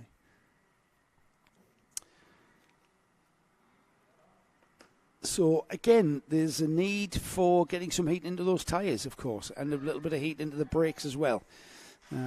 So you'll see the drivers, they're on a treaded tyre. The LeConte tyre is an all-weather tyre. We don't want the complexity for these youngsters who are between the ages of 6 and 7. Yes, that's what I said, 6 and 7. If you're new to karting, on the Karting Live TV live stream, if this is your first time of viewing our kart racing coverage, hello, then these are 6 to 8-year-olds. And what we don't want is for them to be out on slick tyres if it rains, because then karts on slick tyres, as our race cars on slick tyres in the wet, become almost undrivable and become very dangerous, certainly for these age groups. So we put them on an all-weather tyre, which are basically treaded. They're a very robust tyre, and if it rains, then there's not much not much concern. Yes, the track is still a lot more slippery and not as grippy, but it doesn't have them aquaplaning off out of control. Question is, obviously, with these kids, is what percentage of their entire size is their helmet? Like about 20% helmets, aren't they? Yeah, about 20%. Yeah, yeah, look like little Jim Bamba cartoons. They've got to be a certain age. I think Ralph Martin's quite up for this. Yeah, little Ralph Martin is absolutely itching to get away on this, isn't he? The red light is on. The red light goes off, and we are racing, and these karts fire off the line Tandy in ready start. Tandy, there's Felix Tandy, but it's Henry Hales on the number 67 who has gotten into the lead through the chicane for the first time. Yeah, easy start there. Just got the jump. All these karts are identical as far as gearing and power is concerned, so there's no actual difference. There should be no actual difference in how they get off the line. Same tyres, same gearing, same power. And they turn round through Airedale for the first time, but it's a nice little lead for Henry Hales, holding off Ralph Martin and Felix Tandy. Yeah, Ralph Martin, we saw how raring to go young Ralphie was, and he's itching to go, and he'll not be happy. Henry Hales has taken that lead from him. Felix Tandy just dropping off the tail end of these two there, isn't he? Don't forget, these two were a lot faster than the rest of the field last time round. It was like a second between these two and the rest of the field. They absolutely were, and don't forget that Ralph Martin, our current championship leader, he's the winner. He's never been off the podium in all 3 rounds so far. That's the kart in second. Henry Hales has had a 6th, a 4th and a 4th, so good championship points hauls for him. But Ralph Martin, who was the winner at round 1, 3rd at round 2 and 2nd at Wardenlaw in round 3, he's in the green kart there, the orange and blue kart. That's Henry Hales. And Henry, who will be just getting his head down there towards the stewardesses. I think he'll be aware that Ralph Martin is with him. Behind them two, there's another 2 there fighting it out, and I think that's still Felix Tandy and Smith. I mean, the question really is last time they were being dropped by about 1.1 to 1.2 seconds a lap. This time it appears they're being dropped by less, but still being dropped. Well, these two are scrapping as well. Heath Smith, don't forget, was the winner at Wardenlaw. He was changed for 3rd and 4th. Up the inside has gone Heath Smith and Felix Tandy. You'll see that in the background there. Yes, yeah, that's good move there. And these two gained another second almost. Still Henry Hales leads through the chicane. Ralph Martin looks like he's just waiting for a mistake. He's waiting for Henry Hales to miss his braking point, slide too wide, leave a gap. Haven't quite got the momentum or the extra power or extra speed to make a move, so they stay in each other's wheel tracks. And it's as if Ralph Martin understands as well the need at this stage of the 7-minute heat to just stay there and not show that his car's too quickly. Yeah, they're breaking away from the others quite easily. Got a slight problem there for one of the cars. I think that's unfortunate. That might be Arthur who had the problems in the first heat. Arthur Rhodes. Arthur Bath, was it? No, it's Arthur Rhodes had the problem in the first heat. Well, he's a challenge side by side through St John's. Well held back there by Henry Hales. Henry Hale's just staying composed, didn't he? He didn't really, he didn't fret, and he's driving defensive now down the inside. Yeah, Martin's trying the round the outside. His Buffalo Girls again, but it's not worked. Well, Ralph Martin becoming a little bit impatient about coming second. As behind them, Heath Smith still in third, Felix Tandy fourth, Jensen James Williams is next in fifth, then Jack Harper, Oliver Woodall Jr., Wright Maximilian Mikalski, and Freddie Dye, the novice, in 10th place. Yeah, and coming back now, it's very much a case where Martin is now really, really looking for a way through. I'm not sure if there is one, to be honest, at the moment. No, he's not. There are places on this track that Ralph Martin looks like he's got pace, but Henry Hales is driving impeccably well. Yeah, and certainly on the defensive line. Yeah, on the defensive line. But it's not costing them because they've still got more, as the same pace or slightly more than Heath Smith and Felix Tandy. Smith has got a 3 or 4/10 of a second advantage over Tandy now, so that's probably going to break them two up. They're looking out the window right now. I can see that Tandy isn't too far behind. Much closer in first and second. And again, Martin looking for a line. He's going to give him a chance to get past. No, you haven't got the momentum. You haven't got the ability to drive because the carts have a certain maximum amount of power and a certain maximum amount of speed. You just don't get that chance to get a run up and through. Now he's got a chance to pop out from the inside. Is he going to go for it? No, can't. Yeah, you know what? This is a great drive from both of these. Ralph Martin on the green cart there, just looking for a way by, and yet Henry Hales is just making it so hard for him. Just by keeping the momentum up, but he's driving the defensive line, but it's not really disadvantaging him massively. No, I mean, it's there. It's going to go all the way at the flag, Nick. Coming back through Airedales, he moved back out of the ideal line and just guessed that Ralph wouldn't be there, which is fair enough. Now, Ralph's got a good run up here again. He's looked fast running from this exit from the Stewart system, but I think he's always got a really good chance now. It depends on Hales to back out of that one. Yeah. Just got the run, suddenly the drive out of the Stewart S's. And Hales had no excuse or no chance not to let him through that time. He knew he had to put himself on the ideal inside line because Henry Hales was kind of monopolising the inside line pretty much everywhere. So that was really intelligent driving there from Ralph Martin. Been really intelligent driving from Henry Hales, to be honest, because he's been driving really well to keep Ralph Martin behind him. However, now let's see what Henry Hales can do. We're inside of 90 seconds to the flag. So we're not that far off. These carts are lapping in the 64 seconds. So we are probably 2 more laps when these carts get to the flag. And Ralph Martin, if anything, he's pulled a cushion. He's got perhaps the biggest gap we've seen since this race got underway. There's about a cart's length between these two now for first and second. And Ralph Martin was waiting his time. He kind of studied where Henry Hales was quicker. And out of the stewardesses, right at that point there is where Ralph Martin made it happen. And if anything, Ralph Martin's got a little bit of pace to break away. Yeah, now he's got ahead. You kind of feel he's going to stay there. Famous last words, obviously. Up the inside from Hales. He's going to go through Row Rouge, but I don't think he's going to have a chance unless he can pull an absolutely superb amount of momentum through that right-left. No. He isn't looking like he's creeping towards to throw one up the inside now. He was just dropping off slightly. Tandy back ahead of Heath Smith. We should maybe need to drop back to the raging battle for third and fourth, Nick. And as we let these two go through, we just wait to pick up the third and fourth battle. Here it is there. So the blue and yellow cart, that's Felix Tandy. The orange bumpered cart there of Heath Smith, winner at Warden Law, as Tandy defends. Again, the intelligence of these youngsters just blows my mind. They understand what defensive driving means. They certainly understand do. How to block, sort of discreetly block, not without any sort of overt, sort of overly aggressive driving. And there's a coming. And as I say that, Heath Smith perhaps didn't have enough to be alongside Felix Tandy, and Felix was completely unaware that he was there. He's not aware that he was there, and Heath Smith coming a bit sort of looks worse. Bit ambitious because he went over the curbs. It looks worse. I think no harm, no foul to either the carts or the lads, to be honest. Well, it hasn't put them off. Look at that. They're still flat out through the chicane, off towards the McRae hairpin, and look at that, Felix Tandy, defensive driving there. Over Heath under, Smith, yeah. No. Again down the inside. Felix Tandy will stay there. I wonder if his dad's been having a word and doing some driver coaching. Would be He seems very low key, which means he's not. I doubt it. He would have been telling him exactly what to do. Yeah. Been going over the footage from the Tandy's previous races. Are a dyed-in-the-wool racing family. Of course, Yeah, Joe Tandy, Felix's uncle, unfortunately passed a few years ago, was also a top-class racer. And, of course, they started on the ovals, didn't they? Short ovals. Yeah, they did. Mini stocks.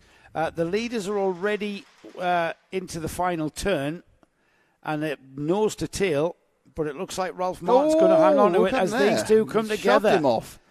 Let's have another look at that if we can, Ash. That was not really... No. That's not cricket, I'm afraid, from Heath Smith. And probably not that one, I think.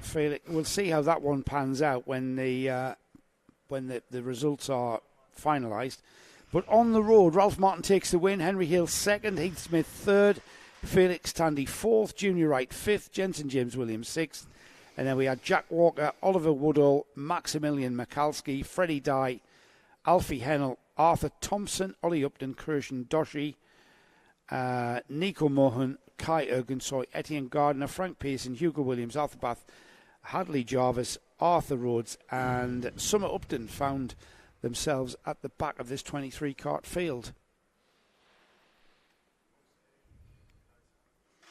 Final heat of the day coming up next for us, and it is the Micromax class that we see out next. Their first heat that we saw earlier. Alfie Mayer, remember? Alfie Mayer from the Zipcart Junior team took the win from Logan Rolfe, the Synergy driver. Finished just 2/10 behind Alfie Mayer. Lewis Kirkcaldy was third, and then we saw Chloe McGill, the Jack's Motorsport driver, coming through to fourth. Jack Mellon, Benedictus Masiokis making his way from the back of the field after some sort of technical infringement in qualifying. He finished sixth, just ahead of Freddie Blackshaw. Freddie just off his novice plates now. His dad, Will, no stranger to karting over the years. And then we had Albie J. Stubbs finishing in 8th place. Jamie Walsh was next up. Ruben Sagu rounded off the top 10.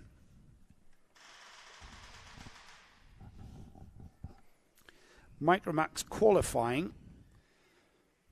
Slightly different look to the grid positions considering the result from the first heat.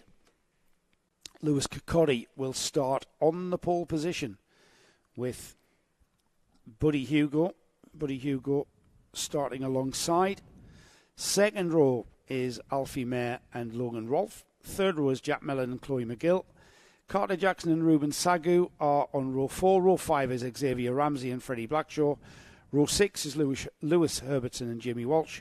Travis Giddings and Jensen Darlow are on row 7. Row 8 is Victor Poppercole and Ronnie Faulkner. Zach Andrew starts in 17th. Albie J. Stubbs starts 18th after his time was deleted from qualifying, as does Benedictus Masiokis, who will start at the very back. So keep an eye out for Benedictus making his way through the field as he did in Heat 1.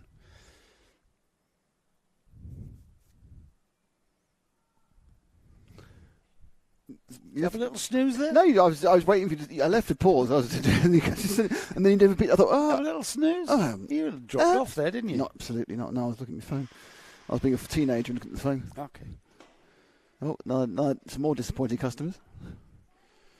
Yes, the driver's lounge seems to be closed for business at the moment. Dear. And the final heat of the day trundles down the hill from the collecting area. There's a disappointed young lady realised she's not going to get a Snickers bar or a Twix or a hat or whatever she wanted to buy. Hat? Oh, you know, it could be anything. It could be a Coca-Cola, couldn't it? It could be a hat, though, is it? They've not got any teamwear you can buy. No. Oh, well, that's a bit difficult. It's a driver's lounge.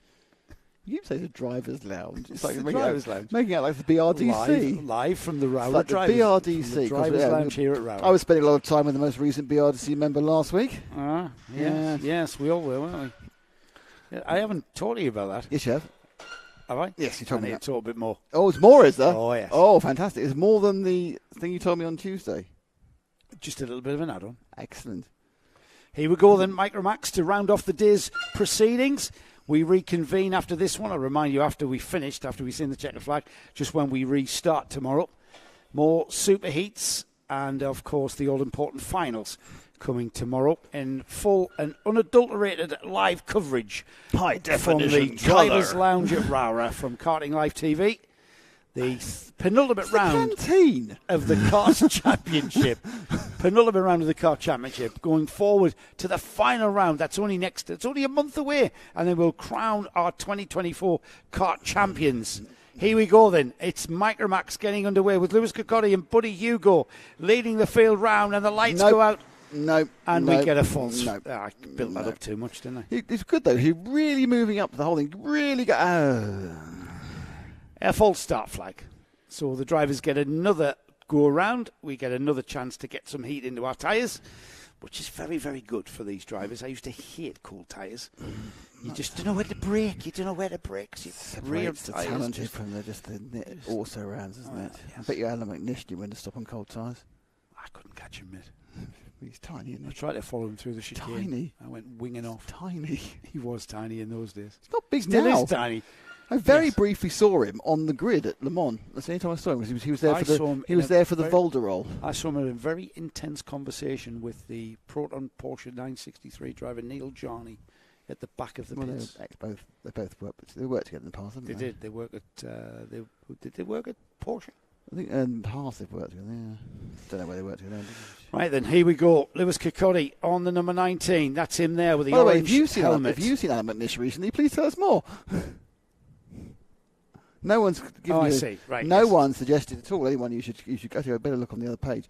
But up to this point, no one has said something you should talk to. No, still no one says you should talk to. Okay. They have a very mute sort of audience. They're not chatting away. Here we go.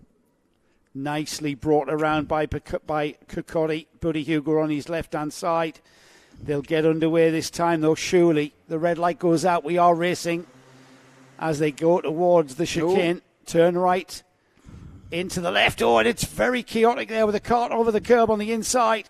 He looks behind him. That number 15 is Alfie Mayer, who's going down the inside and into the lead for a very... he has. Well, fair enough then. Massively fired out of a cannon, out of the McRae hairpin and into the lead of this Intermax race. Alfie Mayer, championship leader, down the inside, slides wide, lets it breathe, gets on the power and using all of the curb and more. And back in the lead and stays in the lead after the first run through Stewart's with the yellow Kart number 15, Alf Mayer from third on the grid, leading as they sweep now through Sunny from the 19 and 32. So it's Lewis Cocotti second and Logan Rolfe in third. So it's the 11 of Buddy Hugo, who's the big loser out that, dropping down to fourth position. Here they come then. Across the line, all eyes on that lead battle there as first, second, third and fourth go through the ROWRAH chicane. Alfie Mayer, championship leader. Lewis Cocotti in second. And who is this? Logan Rolfe, the Synergy driver. He's got a distinct sort of floppy driving style. He sits back in the kart and he kind of just lets his body go with whatever the G-force is taking him.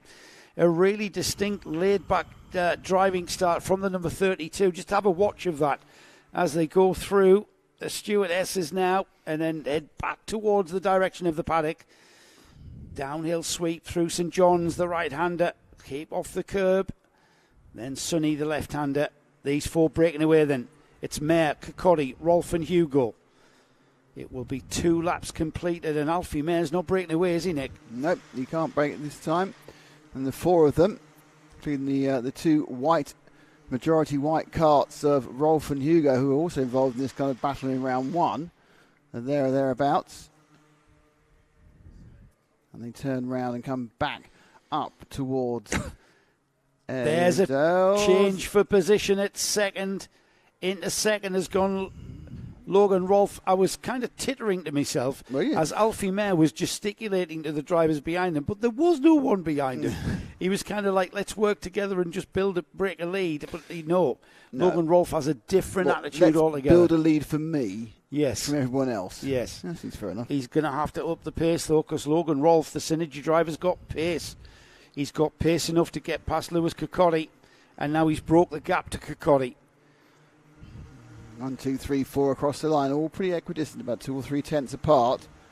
That will change over the course of this lap as they come into McRae's. A little bit too much curb, I think, taken there by our leader, but he's got away with it. And they're now very sedately turn sharp left to the first these two hairpins. Now it's the right-hand one. What are they supposed to be the same, left and right, as the two chicanes in down the Mulsanne Straight? Are supposed to be exactly the same, but just mirrors, even though the drivers said they're not the same. They probably try to be the same, but they're not. They never are they? No. Here they come then, out of the stewardesses, flicking left, down the hill towards St John's. Looks over his shoulder, Alfie Mayer. He knows he's there. Logan Rolfe, he's going to be busy with Kikori and Hugo, though. They haven't dropped off at all now. And the concertina back up towards one another with 4 laps completed. 3.5 minutes remaining. There's Hugo down the inside of Kikori. Oh. Kikori has the line into ROWRAH, though, does he? And he absolutely gets mugged for the corner. I think, as Buddy Hugo takes third place in very forceful style. I think Cody was a bit too nice there, to be honest. Hugo went wide, took a huge amount of curve, bounced back in again, and he almost seemed to spook Cuddy into just lifting off for a picosecond. We've got back markers coming into play ahead of them. And there's a change for the lead. Oh, and there's a change for the lead. I think the focus from Alfie Mayer was taken by that back marker. The back marker will try and keep out the way, but there down the inside has gone Logan Rolfe. Alfie Mayer's gone with him. That marker's pulled in. He had a mechanical. He had a dropped. His rear bumper was broken. Right, that's why he was going slowly.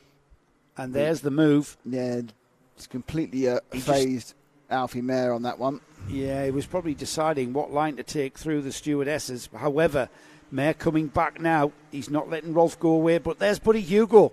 Now on the rear bumper of Mayer. He's going to be synergied very soon. Is that a new vowel? Is it? Yes, indeed. He's got one synergy driver that's past him, and here comes Buddy Hugo. He has been synergied. Yeah. Well, the over and under might work. He might be able to get the place to stay in position, actually, Mayer. I think he's got the... Oh, I can't tell he hasn't got the momentum. Or has he? He hangs okay. on to it. The Zip Kart driver kind of didn't give Hugo a choice there, and that's really helped Kukudi, who was looking a bit lost, and now he's come back in again. It's a three-way battle for second place, and Hugo really there isn't a place for two karts through there. Side by side. Kukudi now will come and look with a chance to perhaps make a space up in the multicoloured kart. And he's just looking up the inside of Mayer, and Mayer's looking up the inside of Hugo, and Hugo's being moved out, and Mayer moves back into second place. Mayer was trying to say to Hugo, let's not fight, let's chase They're always after. trying to say that. Yeah, but he was focused too much on that, and if he's very lucky not to have lost that position to Buddy Hugo, who's still there. In fact, he's ahead of him, but he hasn't got the line. Is he going to over and under him though? No, he has not. And you know what? He got a little bit of a wobble on there, and therefore wasn't able to put the power down. But interestingly, looks like Kirkcuddy actually doesn't have the basic pace in this second race. No, he doesn't. He's dropped been a off. little bit dropped off. Perhaps they've wrongly pressured the tyres. Perhaps it's just one of those situations. But he's certainly not looking anything like the driver he was in the first heat. Still doing okay. Obviously, fourth isn't the end of the world for Kirkcuddy, and it's obviously going to be a good starting position for the super heats tomorrow morning. We start at 9 o'clock, and we start at 9 o'clock as well. And they come over the line, first and second, right nailed together again. Through ROWRAH. Now, this is a chance for Hugo. If he wants to take the momentum, he can hop out. If this is the penultimate lap, looking about it, no, not happening. It's obviously a battle for second and third. It's not a battle for first and second. The leader, Logan Rolfe, away almost 2 seconds up the road. A little nudgette. Yeah, nudgette. That's not quite a nudge, is it? A nudgette isn't quite a nudge. It's like a nudge. Yes, it's just a slight nudge. It's like a... Yeah, and he barely moved him out the way. Alfie Mayer's hung on to that second place. These two, though, having to contend with one another's advances, let's say, has allowed Logan Rolfe to just disappear. And Logan Rolfe has gone. He's done exactly what he did in Heat 1, hasn't he? He will start pole position for the super heat if his engine hangs out for one more lap. That's all he's got to hang out for. Yep, coming now just round onto the last few corners. I mean, it is a long distance down to McRae's and a long distance back up to the final of the two hairpins. Ingerman's? Iredale's, sorry. Iredale's, yeah. Iredale's. But not quite sure if Hugo can take this one or not. No, look at the way Alfie Mayer is defended. Defending almost on the mud, and there is Hugo trying to squeeze down the inside. Not quite having the momentum to get alongside, and it looks like Alfie Mayer is going to hang on to second place, or is he? Because Hugo's going to come back at him now. Through the left-hander, across the curbing, into the right-hander at Paddock and Mare. Have they had it coming together? No, they haven't. They No, clear it. 1, 2, 3, 4 in that order. Wow. Hugo, not overly sure about that result. He was like, hands to hand, but they've got it. And it's all really close behind them. So it's Logan Roll from Alfie Mare, Buddy Hugo, Lewis Kirkcaldy, Carter Jackson, Chloe McGill, Albie J. Studs, Benedictus Masiokas, that's 8th. 9th, Jack Melton. 10th is Xavier Ramsey. Ruben Segot comes in 11th. Jamie Walsh, Freddie Blackshaw, 13th. Just waiting for the rest of them to come through, including Walter Poppercool in 14th. And then we've got Andrew Herbertson, got Andrew on the last lap, and that is effectively the ones who've made the trip. Just going to see the 44. Travis Giddings is across the line. The other two long since disappeared, Jensen Darlow and Ronnie Faulkner. Okay, so that concludes, Joseph, our Saturday bonus coverage. We're back tomorrow at 9 o'clock with 2 rounds of superheats, a lunchtime paddock show, and all the finals from ROWRAH. Just want to say thanks to Lester and Martin and Ash and you and everyone else, and we will see you back here tomorrow at 9 of the clock.